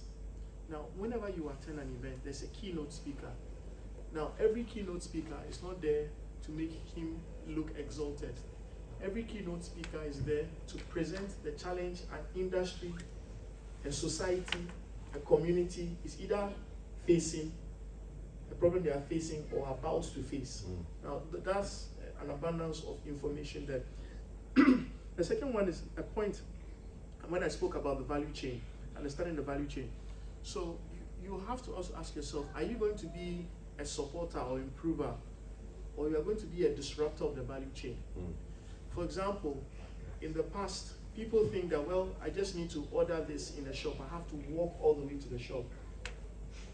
Amazon said, no, I'm going to disrupt you from walking to the shop, and I'll have it come to you. So you have to ask yourself, how can I disrupt? And usually, when you want to disrupt a market, you have to disrupt a market with the least amount of effort, or else you'll be distracting yourself, right? Now, I did a program with Harvard Business School, right? And we had a guy who was talking about the concept of the gold rush. Now, whenever there's a drive for a market to go somewhere, ask yourself, what do these people running there need? In California, there was a huge gold rush. And Mark Twain, he said that, when there's a gold rush, don't join them. Sell shovels, sell pickaxes. Because when they get to the mine, they'll have to mine. So try and understand their needs. That's my small response to you. Thank you so much. I wanted to contribute, but I think most of the things you guys already said. When I came in from Dubai, this is a fast city. So when I came in here, as I'm telling you, I've seen more than 40 ideas in this city. Okay, show me one. That's where you have to pay. Collaborate. So, first of all, before I ask my question, I would like to just suggest and add a few things. Ideas are steady in our lives, but you have to have passion. When I left Africa, my dad told me, you're not going to suffer, but you need to find solutions. So, most of us, I don't want trouble. I am a troublemaker. Yeah, I want trouble. Yeah, of course. Because anytime I see a problem, I actually find solution. And trust me, the solutions I've rendered to, because I'm a consultant, okay? I've set up businesses in, I don't know if you know the most expensive square meter in the world, which is the downtown Dubai, the Palm Island. And these are 5-star restaurants and businesses. So what we do, we identify the idea. I may not have the funding, but I know somebody that has money that can do it and will sell. So anytime you identify a problem and there's passion, you would, and trust me, most ideas now I've learned in the process, I share it with somebody, and the next day, and I want you to also understand. Somebody is doing it. Somebody is doing it. Somebody is doing it. I started a business, an idea that came during Corona, and before I know it, okay, after a few weeks, everybody is doing it. One thing about idea is God Deposit to God different gives. people. He said He gives us the ability. Yeah. So you have to have that hunger. What can I do? Then He drops it, and trust me, when He drops it on you, He gives to 10,000 people. Yes.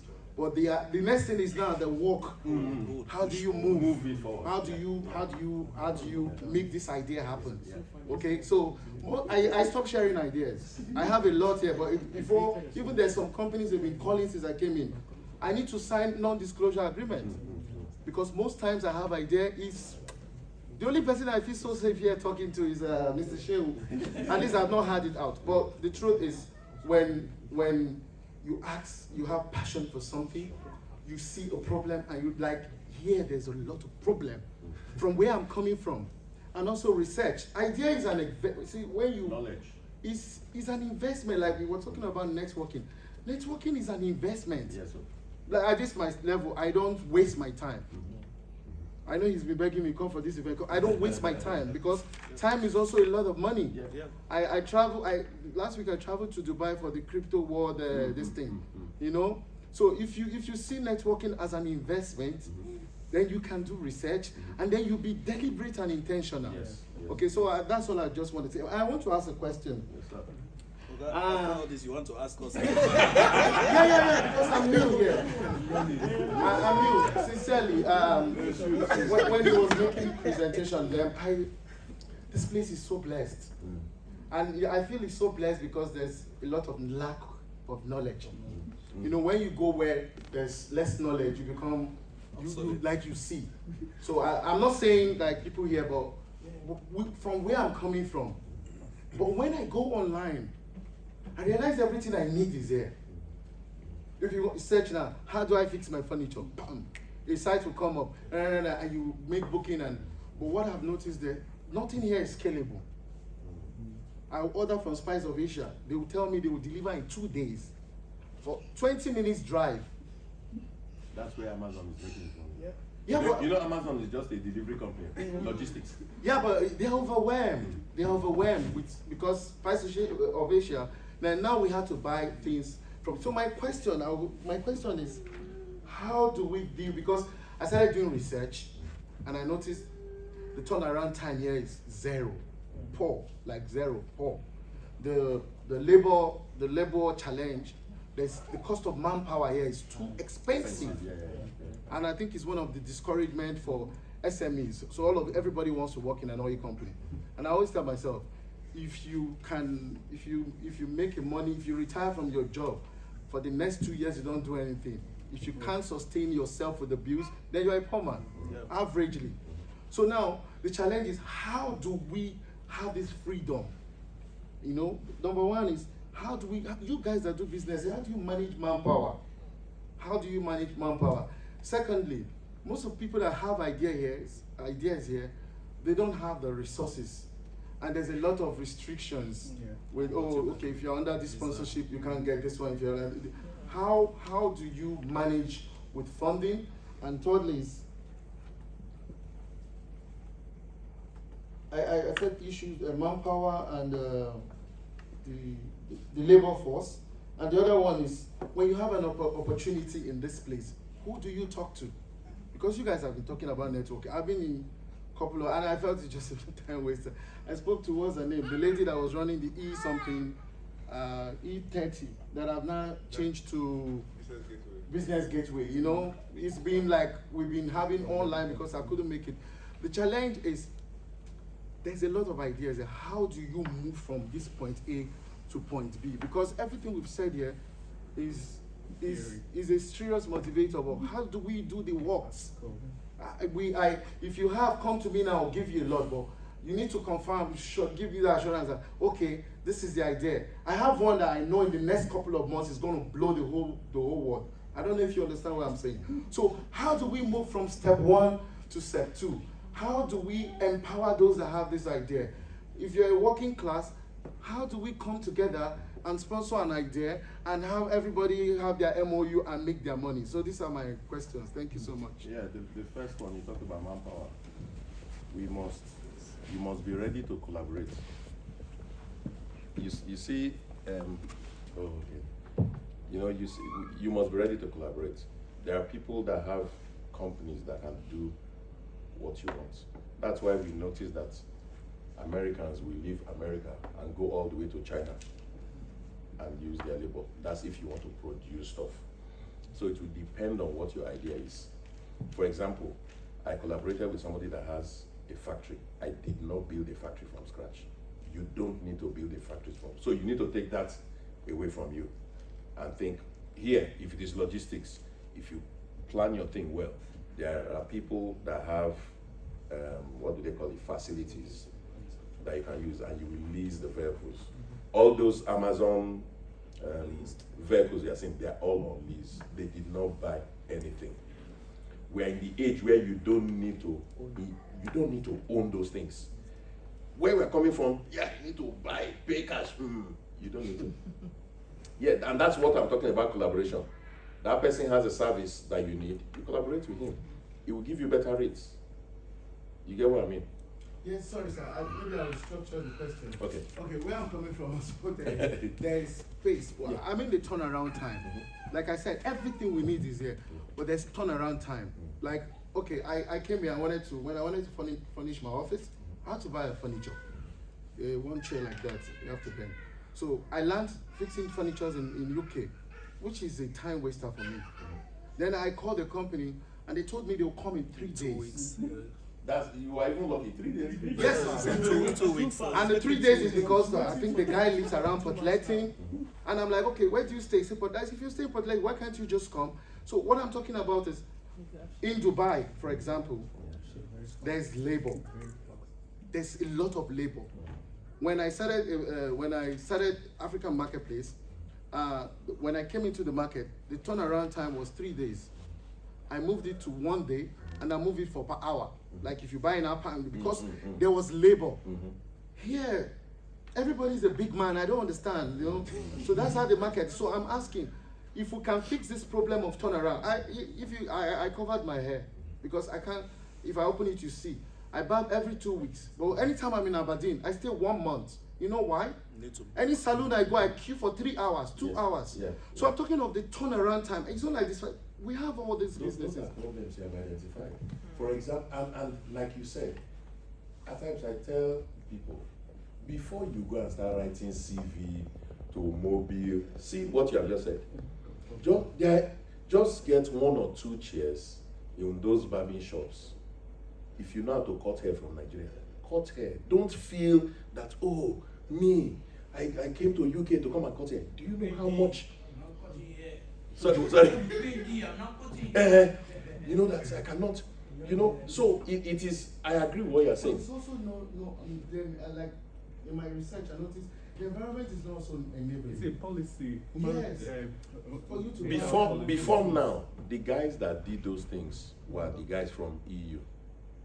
Because, you know, because of Brexit, a lot of them shifted back. They were not ready for all that thing that they were doing. But the average, and that is why it's good to study the market. It's good you are studying the market to see the way they think. Even when that guy came to fix your table, I'm sure he had tea time. No, I had to do myself. If they came, he would take tea break. He would take smoke break. He could fix this table for next 2-3 days. Yeah, and he will be charging you. So it is there that you now start wondering, what's going on? So I'll give you one idea now. Yeah, no, but the thing is, it's collaboration. It's collaboration. Because it is manpower you're talking of.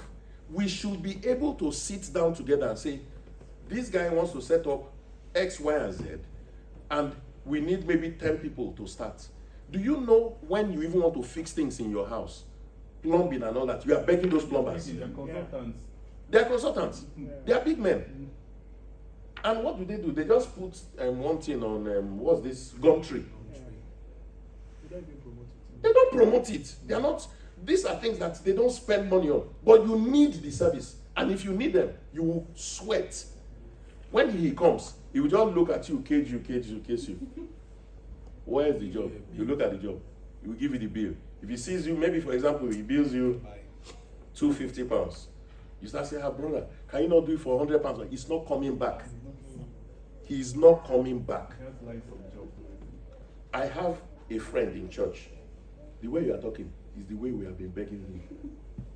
This man is so good that all he needs is pick a pack of people, train them, and he will just be sending them out for job. I can bet you that within a year he'll be a millionaire. But he's holding on to this funny job. Funny job. I have a book. There's a book called On Sexy Business. I don't know if anybody has read it before. On Sexy Business. Now, Sexy millionaire guy. no. On Sexy Business. And in that book, I will urge all of us to read, if we can read it, or check online on YouTube. There may be a short summary. Now, the concept of on Sexy Business is that go for the business that nobody likes. That looks very dirty. It's very unsexy. For example, brother, I may say, hi, my name is Cyril. I'm the CEO of Aberdeen Sewage, and I'm the chief sewage man. Yeah. How many of us will see that as prestigious? You know? No, let's use this example. He talked about fixing tables. How many people here will say they left Nigeria and came here and their job is to fix table? Okay, sir, you know, carpenter. I went to RGU. Yeah. I think my wife is doing her. Yeah. He said he doesn't know. I saw a lot of students. I think I shared with you, you know. But as a businessman also, I want to see what can give me money for as well. I went to RGU and I saw a lot of students jobless, first of all. And there was some are doing the kind of work they do, they should not pass their exams. Okay? Yeah. So, but the number of hours. When I called, my wife said there's one guy, he cut hair. And he came to my place to cut my son's hair, and it was perfect. First of all, it's illegal. I know I had it's illegal. That's a point I want to talk about. It's illegal because if anything happens, he gets into trouble. So after talking to him, I realized I'm just going to share this idea. I think I shared with him. Most of, Very tough. and I checked, if you're a consultant, you can actually have a platform where these people will be like your employer, your employees. So what you do is, I need to barb hair. I post immediately, I need somebody to cut hair, maybe and I put the price is £10. So the person from the other end, you have said, oh, I cut hair. The information goes to everybody in the platform that cuts hair. Back does it for accounting. Then you get back to the client that you can cut the hair for the price we've listed. And every price we've listed, those are registered. If it's £7, that means you are going to cut for £5. So what we do, first of all, we destroy the market price. If it's 10 dirham you're cutting, £10 you're cutting in the market, we'll bring it to £5. And then from that £5, you get £3. We shall make sure we cover your minimum cost. And then you don't get the fund straight to your account. What happens is, after you have finished this deal, the person you cut the hair, we approve in the app that he has cut the hair, and then you credit his account, removing his NIM or whatever this thing was. And when I found out, I called most of this investment, and they said, yeah, it's scalable and it's possible to do this. So I'm asking, if the church can come together, I think maybe this can create employment for all these students that are talented and can fix furniture, can barb hair, can do it, can plait hair. My wife pays £100. £100 to plait hair. Patewo, not really here. So please. You see, the beauty of business is that I will go opposite direction. Why would I want to go for a price war in a community where a lot of people have disposable income in the UK? No. I will go. It's the concept of difference. So I say yes, you say no. I say yes to what I think. Okay. You say no to it. That's fine. We don't need no, it's okay. Meaning that the 2 of you can open the business. You will be collecting your £5. He can even charge 12. I will charge. And the market is not yet. I will charge £50. Saturated though. £50 a month subscription. Anytime you need a haircut, call me. I mobilize and they come to your house. First class haircut service and you're out. So there are different models of doing business, right? So it doesn't need to be like no, what I'm saying is now is an idea now we're sharing. It's a platform. I don't know if you understand the platform. This kind of platform, subscription might be it won't work. You do it 2 times a month. So you have a subscription rhythm. No, I don't get trust. I think I think another thing.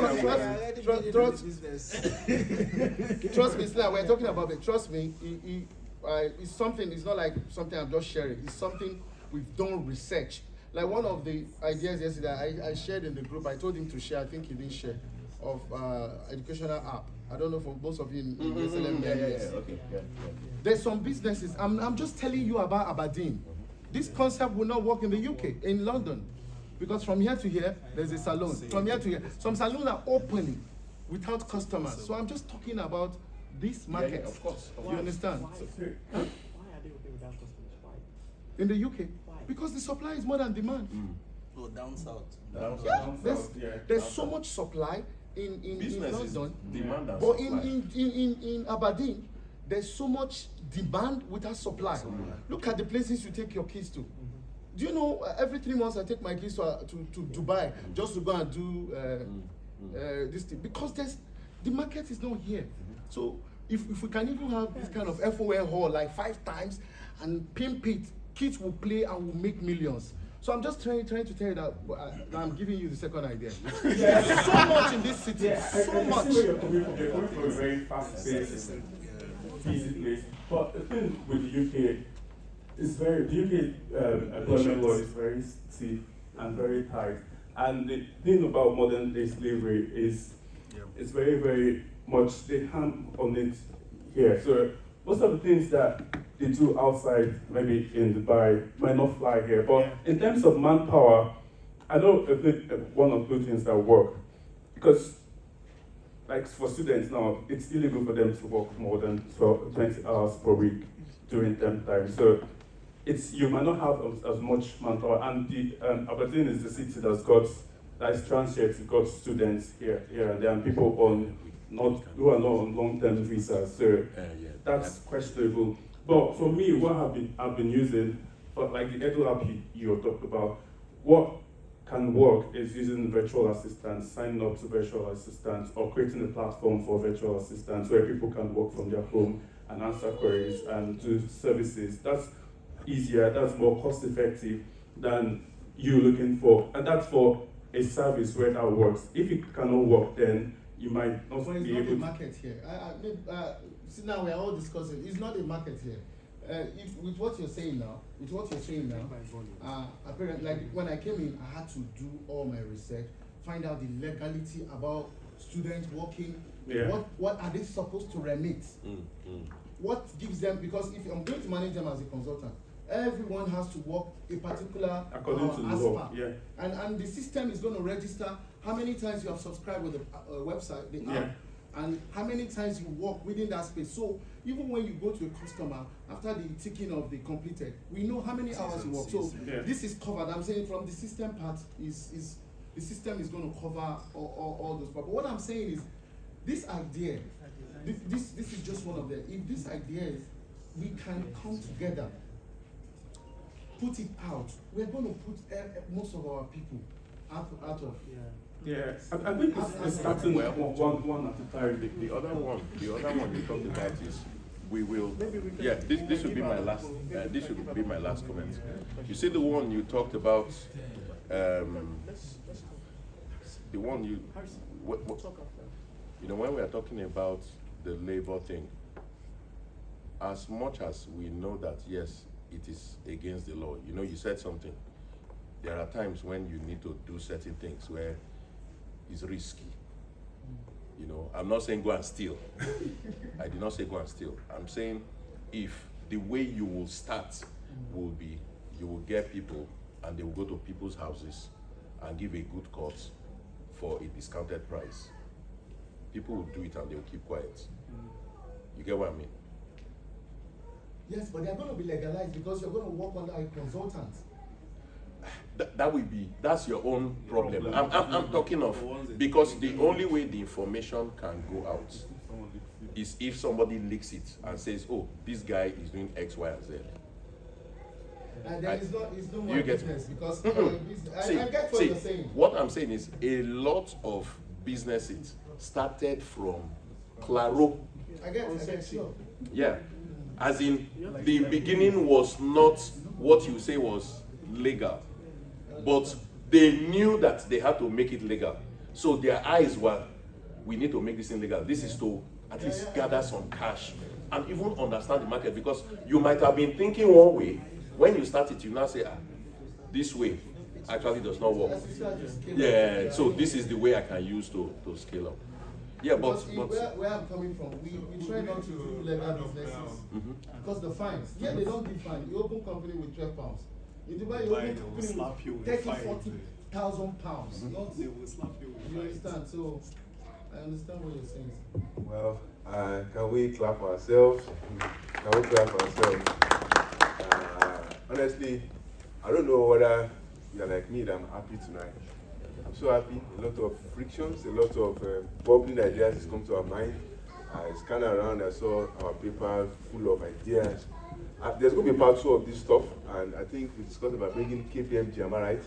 Yeah, I have to work on it. You have to work on it. So, again, we form, what's happening, I think, you know, is that if you look at this slide, what most of you are talking about, the legal side of peace, all of that, we are collaborating with Business Gateway, and they are giving us 20 slots.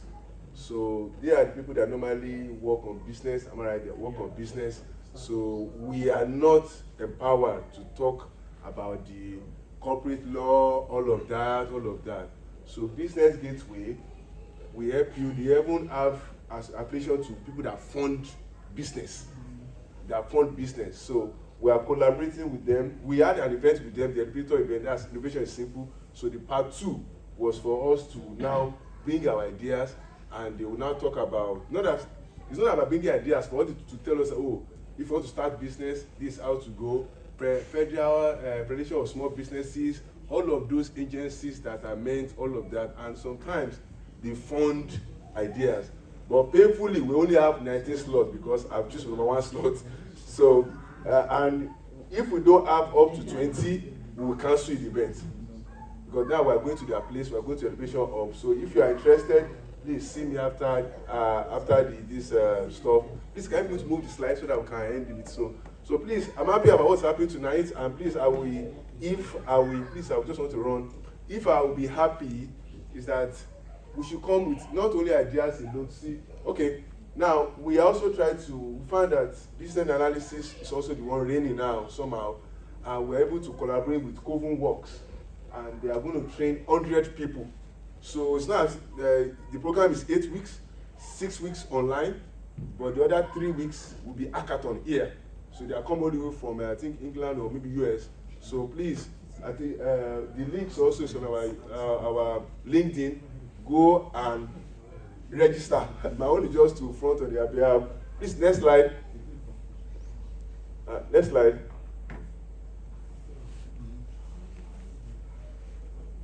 Yeah, so please, can we want feedback? Have we done well today?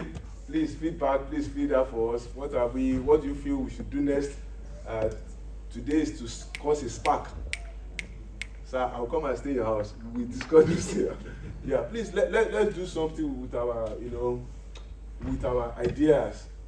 We never can tell the business idea that we're going to come up with can not only help us, can help people that is of our own race. There's this thing that I read in the Bible. Moses could not withstand the Egyptian. Am I right? Beating, his own stuff, all of that. So if you feel that do something, help each other. That's part of what this church have been doing. For us to have this hall, I think if you want to rent this hall, it's close to 300 pounds. Am I right? Just so please let's do something to help each other. Do something. And most of the leading guys in the whole world, they are always immigrants. Andrew Kinaji is an immigrant. We both read the story. Am I right? That guy was a poor guy to US and built the steel factory of US. Elon Musk was from South Africa. Steve Jobs is not from US. He's from Jews. So all of that, we should cause. What you said something about disrupt. Who said something destructive? Yeah. Disruptive is the way. Honestly, disruptive is the way. And we will end this thing by prayers. Or do you have any two questions that is so bubbling so that we can answer? I'm just going to ask. Sir, you have been talking since morning. I will have not heard female voice. Sister Bukola, we have not heard. Okay, please ask questions. We have food to eat, so we'll soon run off now. Just 10 seconds. Praise God. I think what I've been thinking, some people have actually thought about it. So what I want to ask is, especially about the circumcision, we are really having issues, especially those who have female and male children. If there is a way the black can come around with it, and also if there is a paperwork, like you need to do, okay, when you have a business idea, what are the ways to make it legal? Like, I think. Yeah, to those who have the ideas, talk about that. The legal side of things, we cannot discuss it here. But when we come to business gate, we're not trying to put a public stunt for people to attend the event. We are not legalized to be discussing those laws. That's the way this UK works. But when you come for this business gateway stuff, you're able to ask questions. In business gateway, they're going to give you business advisors, right? Yeah. So once you attend that event, once you register for this event, before you attend that event, they're going to give you a business advisor that will walk through whether 6 weeks of that training. And if you are lucky enough, they're going to put you on elevator sponsorship. So we can't talk about the law here because I'm not even with the section 1, 2, all of that. Am I answering your question now? If I were you, apply for that stuff. Sir, you're the last person. Thank you. I think it's been very insightful. Thanks to all our speakers.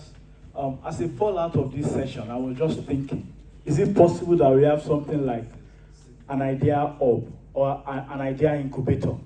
Now, when people have ideas, there may be different types of waves. Probably you need a team that you can sit down with so that they can also challenge. If that can come as a fallout of this gathering, where people that have ideas can discuss with the team so that they can help challenge and things like that. Now, secondly, sir, I've realized that here in Aberdeen, the level of mobile penetration is very high. You see that the teenagers, the adults, even the children, a lot of people are on the internet. Now, is there a possibility that we have something like a tech hub that can help people scale up their idea and leverage on technology so that whatever idea we are bringing on board, we can use the power of technology to push it out so that it can have a wider reach rather than working within a closed cocoon. You know, you can make our idea reach a wider, audience. Again, we're ready. Thank you for that question. The church has granted us the library upstairs as the innovation hub, part of CREED actually. Our next meeting is going to be with Codebase. That's the largest computer stuff in the whole of UK. So we're in partnership with them. And there's something we announced in church last Sunday, CREED Tech Meetup. And we are going to meet them, that will be in May, with Barclays Bank. They are sponsoring the event actually, to discuss, because tech is the new thing. So we want to discuss how can we advance our techie ideas and form that. And may I also say to you that there are 3 churches that are leading the tech startup in the whole of Nigeria. That's Elevation Church, which other church? Covenant Church at Daystar. So why can't our own be? That's the brain one. So we're actually working on that. And Code Base is supposed to come and teach our juniors how to code. That's in the pipeline. I'm just leaking secrets. We're just taking this month business. Starting from next month, people are not even interested in academics anymore. We want to make money through that stuff. So it's actually, we're going to cut this out of video actually, but we're actually working on that. We want to clear this business actually. But Daddy has given us a room upstairs as a hub where we're going to be doing all that. Are you happy now? Yes. Yeah. So thank you very much. I'm happy that questions are coming, and that's one of the dreams of this creed.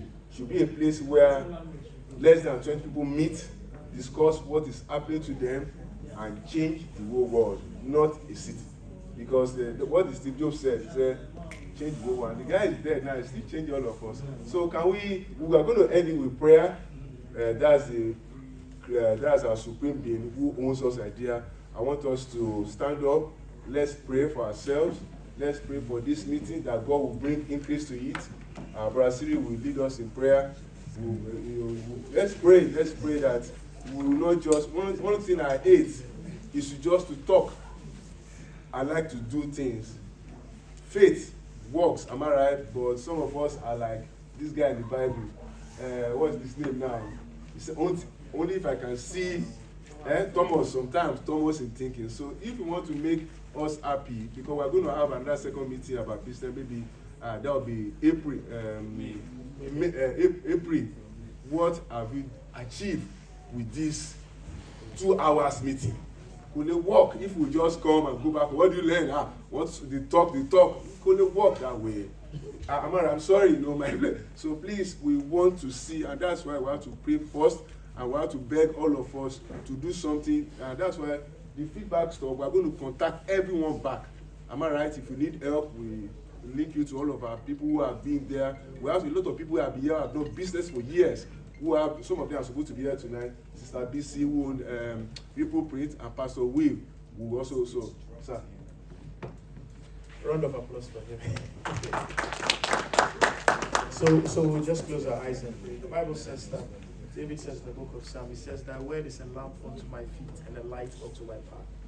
We're just going to say a simple prayer. We're going to ask the Lord to illuminate our pathway, because most of what we are talking about here is pathways, developing new pathways, breaking through the darkness of poverty, breaking through the darkness of the shackle of I can't do it, I don't have enough, I don't know enough, I don't know who to talk to. We are praying that the Lord will create pathways for us. Lift up your voice and pray. Just 1 minute. Just pray for yourself. Pray for this community. We are praying that the Lord will grant us the illumination we need to put us in touch with the right people at the right time. We will not encounter time wasters. The Lord will put us in touch with the right people, and we will speak to them at the right time in order for them to have the right decisions with us. We are also praying that wherever anybody's name here is mentioned, or anybody's business is mentioned, it will be for good.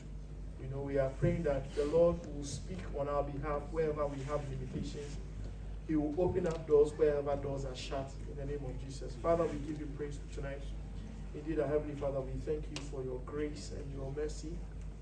Lord, we plead your grace and your mercy over every business idea here. King of Kings, oh God, we pray that you grant us wisdom even in the formulation of these ideas as we grow them, as we are challenged, and also we challenge others. King of Kings, I pray that everybody here is blessed with a fantastic idea, at least one fantastic idea, in the name of Jesus. Lord, I pray that, Lord, you said that all things work together for the good of those that love the Lord and are called according to his purposes. Lord, I pray that, Lord, every business idea which you have granted here will succeed in the name of Jesus. Amen. In Jesus' name we pray with thanksgiving. Amen. Let's take pictures, and we have pizza for us.